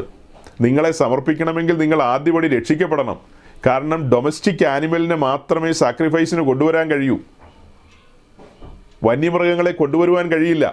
അപ്പം നമ്മളെല്ലാം വന്യമൃഗം എന്ന നിലയിൽ ഇന്നലെ ജീവിച്ചവരാണ്. വളർത്തു മൃഗം അഥവാ ഡൊമസ്റ്റിക് ആനിമൽ എന്നുള്ള നിലയിലേക്ക് വരണമെങ്കിൽ ഒരുവൻ രക്ഷിക്കപ്പെടണം. ഒരുവൻ രക്ഷിക്കപ്പെടണം. അപ്പോഴാണ് ആ ആടിൻ്റെ സ്വഭാവത്തിലേക്ക് വരാൻ കഴിയുള്ളൂ. അല്ലെങ്കിൽ നരിയും പുലിയും കുറുക്കനൊക്കെ ആയിട്ട് അങ്ങനെ പരിഗണിക്കാൻ പറ്റുള്ളൂ. അപ്പോൾ കുറുക്കനെയോ നരിയോ ഒന്നും ബലിപീഠത്തിലേക്ക് കൊണ്ടുവരാൻ കഴിയില്ല. ബലിപീഠത്തിലേക്ക് കൊണ്ടുവരേണ്ടത് ഞാൻ പറഞ്ഞു വളർത്തുമൃഗങ്ങളെയാണ്. ആടോ മാടോ അങ്ങനെയുള്ളതായിരിക്കണം. അപ്പോൾ ആദ്യപടി നമ്മളിലൊരു വലിയ രൂപാന്തരം സംഭവിക്കണം. രൂപാന്തരം സംഭവിച്ച വ്യക്തികളാണ് വിശ്വാസ സ്നാനത്തിന് ഇറങ്ങിത്തിരിക്കേണ്ടത്. ഈ കാര്യങ്ങളെല്ലാം വിശദീകരിച്ചത് എങ്ങനെയാണെന്നാണ് നിങ്ങൾ വിചാരിക്കുന്നത്? ഈ കാര്യങ്ങളെ ചുമ്മാ പറഞ്ഞ് ആരെങ്കിലും മനസ്സിലാവുമോ? ഇവിടെയാണ് ഈ ടാബർനാക്കളുടെ പിക്ചർ ജനത്തിൻ്റെ കണ്ണിന് മുമ്പിൽ കൊണ്ടുവന്നു. ഈ പിക്ചർ കാണിച്ചിട്ടാണ് കാര്യങ്ങളെ പറഞ്ഞത്. ഈ പിക്ചർ കാണിച്ചിട്ട് എന്താ പറഞ്ഞത്? യാഗപീഠത്തിലേക്ക് നോക്കുമ്പോൾ അവിടെ രക്ഷകനായ ക്രിസ്തുവിനെ കാണുകയാണ്. താമ്രത്തൊട്ടി വിശ്വാസ സ്നാനവുമായി ബന്ധപ്പെട്ട് നിൽക്കുന്നു. അവിടേക്ക് നോക്കുമ്പോൾ നമ്മൾ കാണുന്നത് നമ്മുടെ ജീവിതം സമർപ്പിക്കപ്പെടേണ്ട ഇടമാണ്. ആ സമർപ്പണത്തിൽ നമ്മൾ ക്രിസ്തുവിൻ്റെ കർത്തൃത്വത്തെ അംഗീകരിക്കുകയാണ്, ലോഡ്ഷിപ്പ് അംഗീകരിക്കുകയാണ്, കർത്തൃത്വം ഏൽപ്പിച്ചു കൊടുക്കുകയാണ്. ഈ കാര്യങ്ങളൊക്കെ വിശദമാക്കാനായിട്ട് ഈ കൂടാരത്തിൻ്റെ പഠനത്തിലേക്ക് കടക്കാതെ ഒക്കുവോ? ഈ കാര്യങ്ങളെയൊക്കെ നല്ല നിലയിൽ ഒരു ദൈവവൈതലിന് വിശദമാക്കി കൊടുക്കണമെങ്കിൽ ഇങ്ങനെയുള്ള മനോഹരമായ പഠനങ്ങൾ നമ്മുടെ മുമ്പിൽ ഉള്ളതുകൊണ്ടല്ലേ സാധിച്ചത്. ഇന്നലെ ഒരു സൂചനയും കൂടെ പറഞ്ഞു. ആദ്യം ഇരിക്കുന്ന യാഗപീഠമാണ്, രണ്ടാമതിരിക്കുന്ന താമ്രത്തൊട്ടിയാണ്. യാഗപീഠത്തിൽ മരത്തിൻ്റെ പണിയുണ്ട് അല്ലേ? യാഗപീഠം നിർമ്മിച്ചിരിക്കുന്ന കതിരമരം കൊണ്ടാണ്. അതിൽ താമ്രം പൊതിഞ്ഞിരിക്കുകയാണ്. അതിനുശേഷം നമ്മൾ കാണുന്നത് താമ്രത്തൊട്ടി. ആ താമ്രത്തൊട്ടി എന്ന് പറയുന്നത് താമ്രം കൊണ്ട് മാത്രം പണിതിരിക്കുന്നതാണ്. അതിനകത്ത് മരത്തിൻ്റെ അശേഷ അംശമില്ല. യാഗപീഠം എന്ന് പറയുന്നത് മനുഷ്യ സ്വരൂപം എടുത്ത ക്രിസ്തുവിനെയാണ് കാണിക്കുന്നത് അല്ലേ? ക്രിസ്തു ജഡത്തിൽ വന്നു എന്നുള്ള കാര്യമാണ് യാഗപീഠം വഴി നമ്മൾ പറയുന്നത്. കാരണം അതിനകത്ത് മരത്തിൻ്റെ അംശമുണ്ട്. താമ്രത്തൊട്ടിലേക്ക് വരുമ്പോൾ അതിനകത്ത് മരത്തിൻ്റെ അംശമൊന്നുമില്ല. മനുഷ്യവർഗത്തിൻ്റെ വീണ്ടെടുപ്പിനോടുള്ള ബന്ധത്തിൽ യേശു ക്രിസ്തു ഈ ഭൂമിയിലേക്ക് ആദ്യമായി കടന്നു വന്ന് വീണ്ടെടുപ്പിൻ പ്രക്രിയ പൂർത്തീകരിച്ചു. ആദ്യം ഇരിക്കുന്ന യാഗപീഠമാണ്. രണ്ടാമത് കാണുന്ന താമ്രത്തൊട്ടിയാണ്. താമ്രത്തൊട്ടി പരിശുദ്ധാത്മാവിനെയാണ് കാണിക്കുന്നത്. രണ്ടാമത് നമ്മൾ എന്താ പഠിക്കുന്നത്? വീണ്ടെടുക്കപ്പെട്ടവരെ ഒരുക്കി വീണ്ടെടുപ്പുകാരൻ്റെ സ്വരൂപത്തോട് അനുരൂപരാക്കി അവൻ്റെ അടുക്കൽ എത്തിക്കുവാനായിട്ട് പരിശുദ്ധാത്മാവ് പിന്നത്തേതിൽ ഈ ഭൂമിയിലേക്ക് വന്നു. ഇപ്പോൾ പരിശുദ്ധാത്മാവിൻ്റെ പ്രവർത്തനമാണ് ഭൂമിയിലുള്ളത്. അങ്ങനെയല്ലേ നമ്മൾ പഠിക്കുന്നത്? ഈ പിക്ചറിലേക്ക് നോക്കിയിട്ട് കാണുക കാര്യങ്ങൾ അല്ലേ? ഈ പിക്ചറിലേക്ക് നോക്കിയേ. ആദ്യം താമ്രത്തൊട്ടിയാണ് ഇരിക്കുന്നതെങ്കിൽ ഞാൻ ഈ പറഞ്ഞ കാര്യങ്ങളെല്ലാം വില പോവുമോ? ഇവിടെയാണ് നമ്മുടെ ദൈവത്തിൻ്റെ ജ്ഞാനത്തെക്കുറിച്ച് റോമാലേഖനത്തിൽ എഴുതിയിരിക്കുന്നത്. അവന് മന്ത്രിയായിരുന്നവൻ ആരെന്നൊക്കെ ചോദിക്കുന്ന ചോദ്യം ഭയങ്കരമല്ലേ? അത്ര വലിയവനും ഭയങ്കരനും തേജോമയനുമായ ദൈവം കാലങ്ങൾക്ക് മുമ്പ് തൻ്റെ ദാസനായ മോശയുടെ കയ്യിലേക്ക് കൊടുത്ത അളവ്, ആ അളവ് ഒരളവിൽ പറഞ്ഞാൽ ദൈവസഭയുടെ അളവാണ്. ഒരളവിൽ, ഞാൻ സമ്പൂർണ്ണമായിട്ടല്ല പറയുന്നത്, ആരും ബോംബും പടക്കമായിട്ടൊന്നും വരരുത്. ഒരളവിൽ അത് ദൈവസഭയുടെ അളവ് തന്നെയാണ്. കാരണം അതിലെ ഓരോരോ കാര്യങ്ങളും ദൈവസഭയുമായി ബന്ധപ്പെട്ട് നിൽക്കുന്ന കാര്യങ്ങളാണ്. അത് നമുക്ക് വിശദമാക്കാമല്ലോ. അടുത്ത ദിവസങ്ങളിൽ അത് വിശദമാക്കുമ്പോൾ കൂടുതൽ നമുക്ക് മനസ്സിലാകും. അപ്പോൾ ഞാൻ എൻ്റെ വാക്കുകൾ ചുരുക്കിയാണ്. ഇന്നലെ വൈകുന്നേരത്തെ ആ ഒരു മീറ്റിങ്ങിൽ നമ്മളുടെ ഈ ടാബർനാക്കൽ സ്റ്റഡി എത്രമാത്രം സപ്പോർട്ട് ചെയ്തു എന്നുള്ളതാണ് ഞാൻ ഇന്ന് നിങ്ങളെ ഒന്ന് ധരിപ്പിച്ചത്. എത്രമാത്രം സപ്പോർട്ട് ചെയ്തു എന്ന്. രക്ഷയും സ്നാനവും ചേർത്ത് വെച്ച് പറഞ്ഞു കേൾപ്പിക്കുകയായിരുന്നു. രക്ഷയിൽ ഒരു കണ്ടീഷനും പറയുന്നില്ല. യാഗപീഠം, ക്രൂശിക്കപ്പെട്ടവനായി ക്രിസ്തുവിനെ കാണിക്കുന്നു. വീണ്ടെടുപ്പിൻ്റെ ഇടം, അവിടെ നമ്മൾ ഏത് അവസ്ഥയിലാണ് കിടക്കുന്നതെങ്കിലും നമ്മെ വീണ്ടെടുക്കുകയാണ്. ആ വീണ്ടെടുത്തവൻ വീണ്ടെടുപ്പുകാരനോട് ചേരാൻ വരുമ്പോഴാണ് ഇങ്ങനൊരു വിശുദ്ധ ജീവിതം നയിക്കേണ്ടതിൻ്റെ അനിവാര്യതയും അനുദിനം ക്രൂശെടുക്കേണ്ടതിൻ്റെയും അതുപോലെ നാം നുകത്തിൻ കീഴിൽ, ആ യോക്കിൻ്റെ കീഴിലായിരിക്കണമെന്നുള്ള കാര്യങ്ങളൊക്കെ ബോധ്യപ്പെടുത്തുന്നത്. അതുപോലെ മുൻപോട്ടുള്ള യാത്രയിൽ നമ്മൾ ഇടുക്കമുള്ള വാതിലും അതുപോലെ തന്നെ ആ ഞെരുക്കമുള്ള വഴിയും ഹട്ടിംഗ് പാത്തും കണ്ടെത്തേണ്ടതുണ്ട്. അങ്ങനെ അതിൻ പ്രകാരം ഒരു ജീവിതം മുൻപോട്ട് നയിച്ചു പോകേണ്ടതുണ്ട്. അങ്ങനെ നമ്മൾ ഓരോരുത്തരും ഈ ഭൂമിയിൽ ഒരു കൂടാരങ്ങൾ എന്ന നിലയിൽ മുൻപോട്ട് പ്രയാണം ചെയ്യേണ്ടതുണ്ട്. ആ കൂടാരത്തിൻ്റെ പ്രകാരത്തിലിരിക്കുന്ന യാഗപീഠം ഒരു സീരിയസ് സബ്ജക്റ്റാണെന്ന് പറഞ്ഞിട്ടുണ്ടല്ലോ. അടുത്ത ദിവസം നമ്മൾ അതിലേക്കൊക്കെ വരും. അപ്പോൾ നാം സഞ്ചരിക്കുന്ന കൂടാരങ്ങളാണെങ്കിൽ ആ കൂടാരത്തിന് മുൻപിലിരിക്കുന്ന യാഗപീഠത്തിൻ്റെ പ്രസക്തി, മൊബൈൽ ടെമ്പിൾ എന്നുള്ള നിലയിൽ സ്വർഗത്തിലെ ദൈവം നമ്മെ ഓരോരോ രാജ്യങ്ങളിലാക്കി വെച്ചിരിക്കുന്നു. നിങ്ങളിൽ ചിലരെ ന്യൂസിലാൻഡിലാക്കി വെച്ചിരിക്കുന്നു. ന്യൂസിലാൻഡിൽ സ്വർഗത്തിലെ ദൈവത്തിൻ്റെ സഞ്ചരിക്കുന്ന മന്ദിരങ്ങളാണ് നിങ്ങൾ ഓരോരുത്തരും. സീനായി പർവ്വതത്തിന് അടിവാരത്തിൽ ലഭിക്കപ്പെട്ട അളവിൽ മോശ കൂടാരം പണിതെങ്കിൽ ആ കൂടാരത്തിൽ തേജോമയനായ ദൈവം ഇറങ്ങി വസിച്ചു.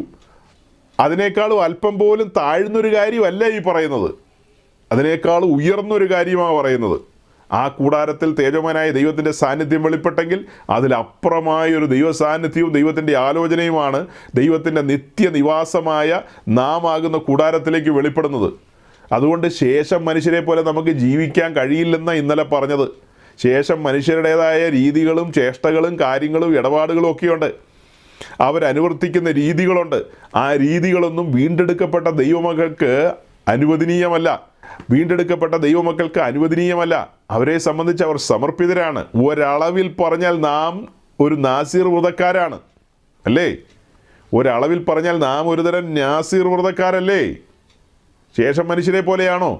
അപ്പോൾ ശേഷം മനുഷ്യരെ പോലെ അല്ല നാം എന്ന് തിരിച്ചറിയുന്നത് ഇങ്ങനെയുള്ള ഈ പഠനങ്ങളും ഈ ഒരു മേഖലയിലേക്ക് നമ്മൾ വരുമ്പോഴാണ്. ഇത് ഗൗരവമായൊരു പഠനമാണ്. ഇത് നമ്മുടെ ആത്മീയ ജീവിതത്തിൽ വലിയ മുന്നേറ്റങ്ങൾ ഉണ്ടാക്കേണ്ട പഠനങ്ങളാണ്. ബോധ്യങ്ങളിലേക്ക് വരേണ്ട കാര്യങ്ങളാണ്. ഒരു കാര്യവും കൂടെ പറയണമെന്നും കാണിക്കണമെന്നും ഉണ്ടായിരുന്നു, ഞാനത് വിട്ടുപോയി. അതായത് ഒരു കാര്യം കൂടെ നിങ്ങളെ കാണിക്കണമെന്നുണ്ടായിരുന്നു. അമേരിക്കൻ സ്റ്റേറ്റ് സെക്രട്ടറി കഴിഞ്ഞ ദിവസം ചാർലി കിർക്ക് എന്ന് പറയുന്ന പ്രസിദ്ധനായ വ്യക്തിയുടെ ഫ്യൂണറലിനോടുള്ള ബന്ധത്തിൽ പ്രസംഗിച്ച ഒരു പ്രസംഗം വളരെ പോപ്പുലറായിരുന്നു. അദ്ദേഹം നിത്യതയെക്കുറിച്ചും മനുഷ്യൻ്റെ സൃഷ്ടിപ്പിനെക്കുറിച്ചും ഒക്കെയുള്ള ദൈവത്തിൻ്റെ പദ്ധതികളെക്കുറിച്ച് സ്റ്റേറ്റ് സെക്രട്ടറിയാണ് പറയുന്നതെന്ന് ഓർക്കണം. അമേരിക്കൻ പാസ്റ്ററല്ല പറയുന്നത്. അപ്പോൾ പെന്തിക്കോസ് ലോകം മുഴുവനും അതിനെ ഭയങ്കരമായിട്ട് ആഘോഷിച്ചു. എല്ലാവരും ഒരു നൂറുകണക്കിന് ആൾക്കാർ നമുക്ക് വഹിക്കും.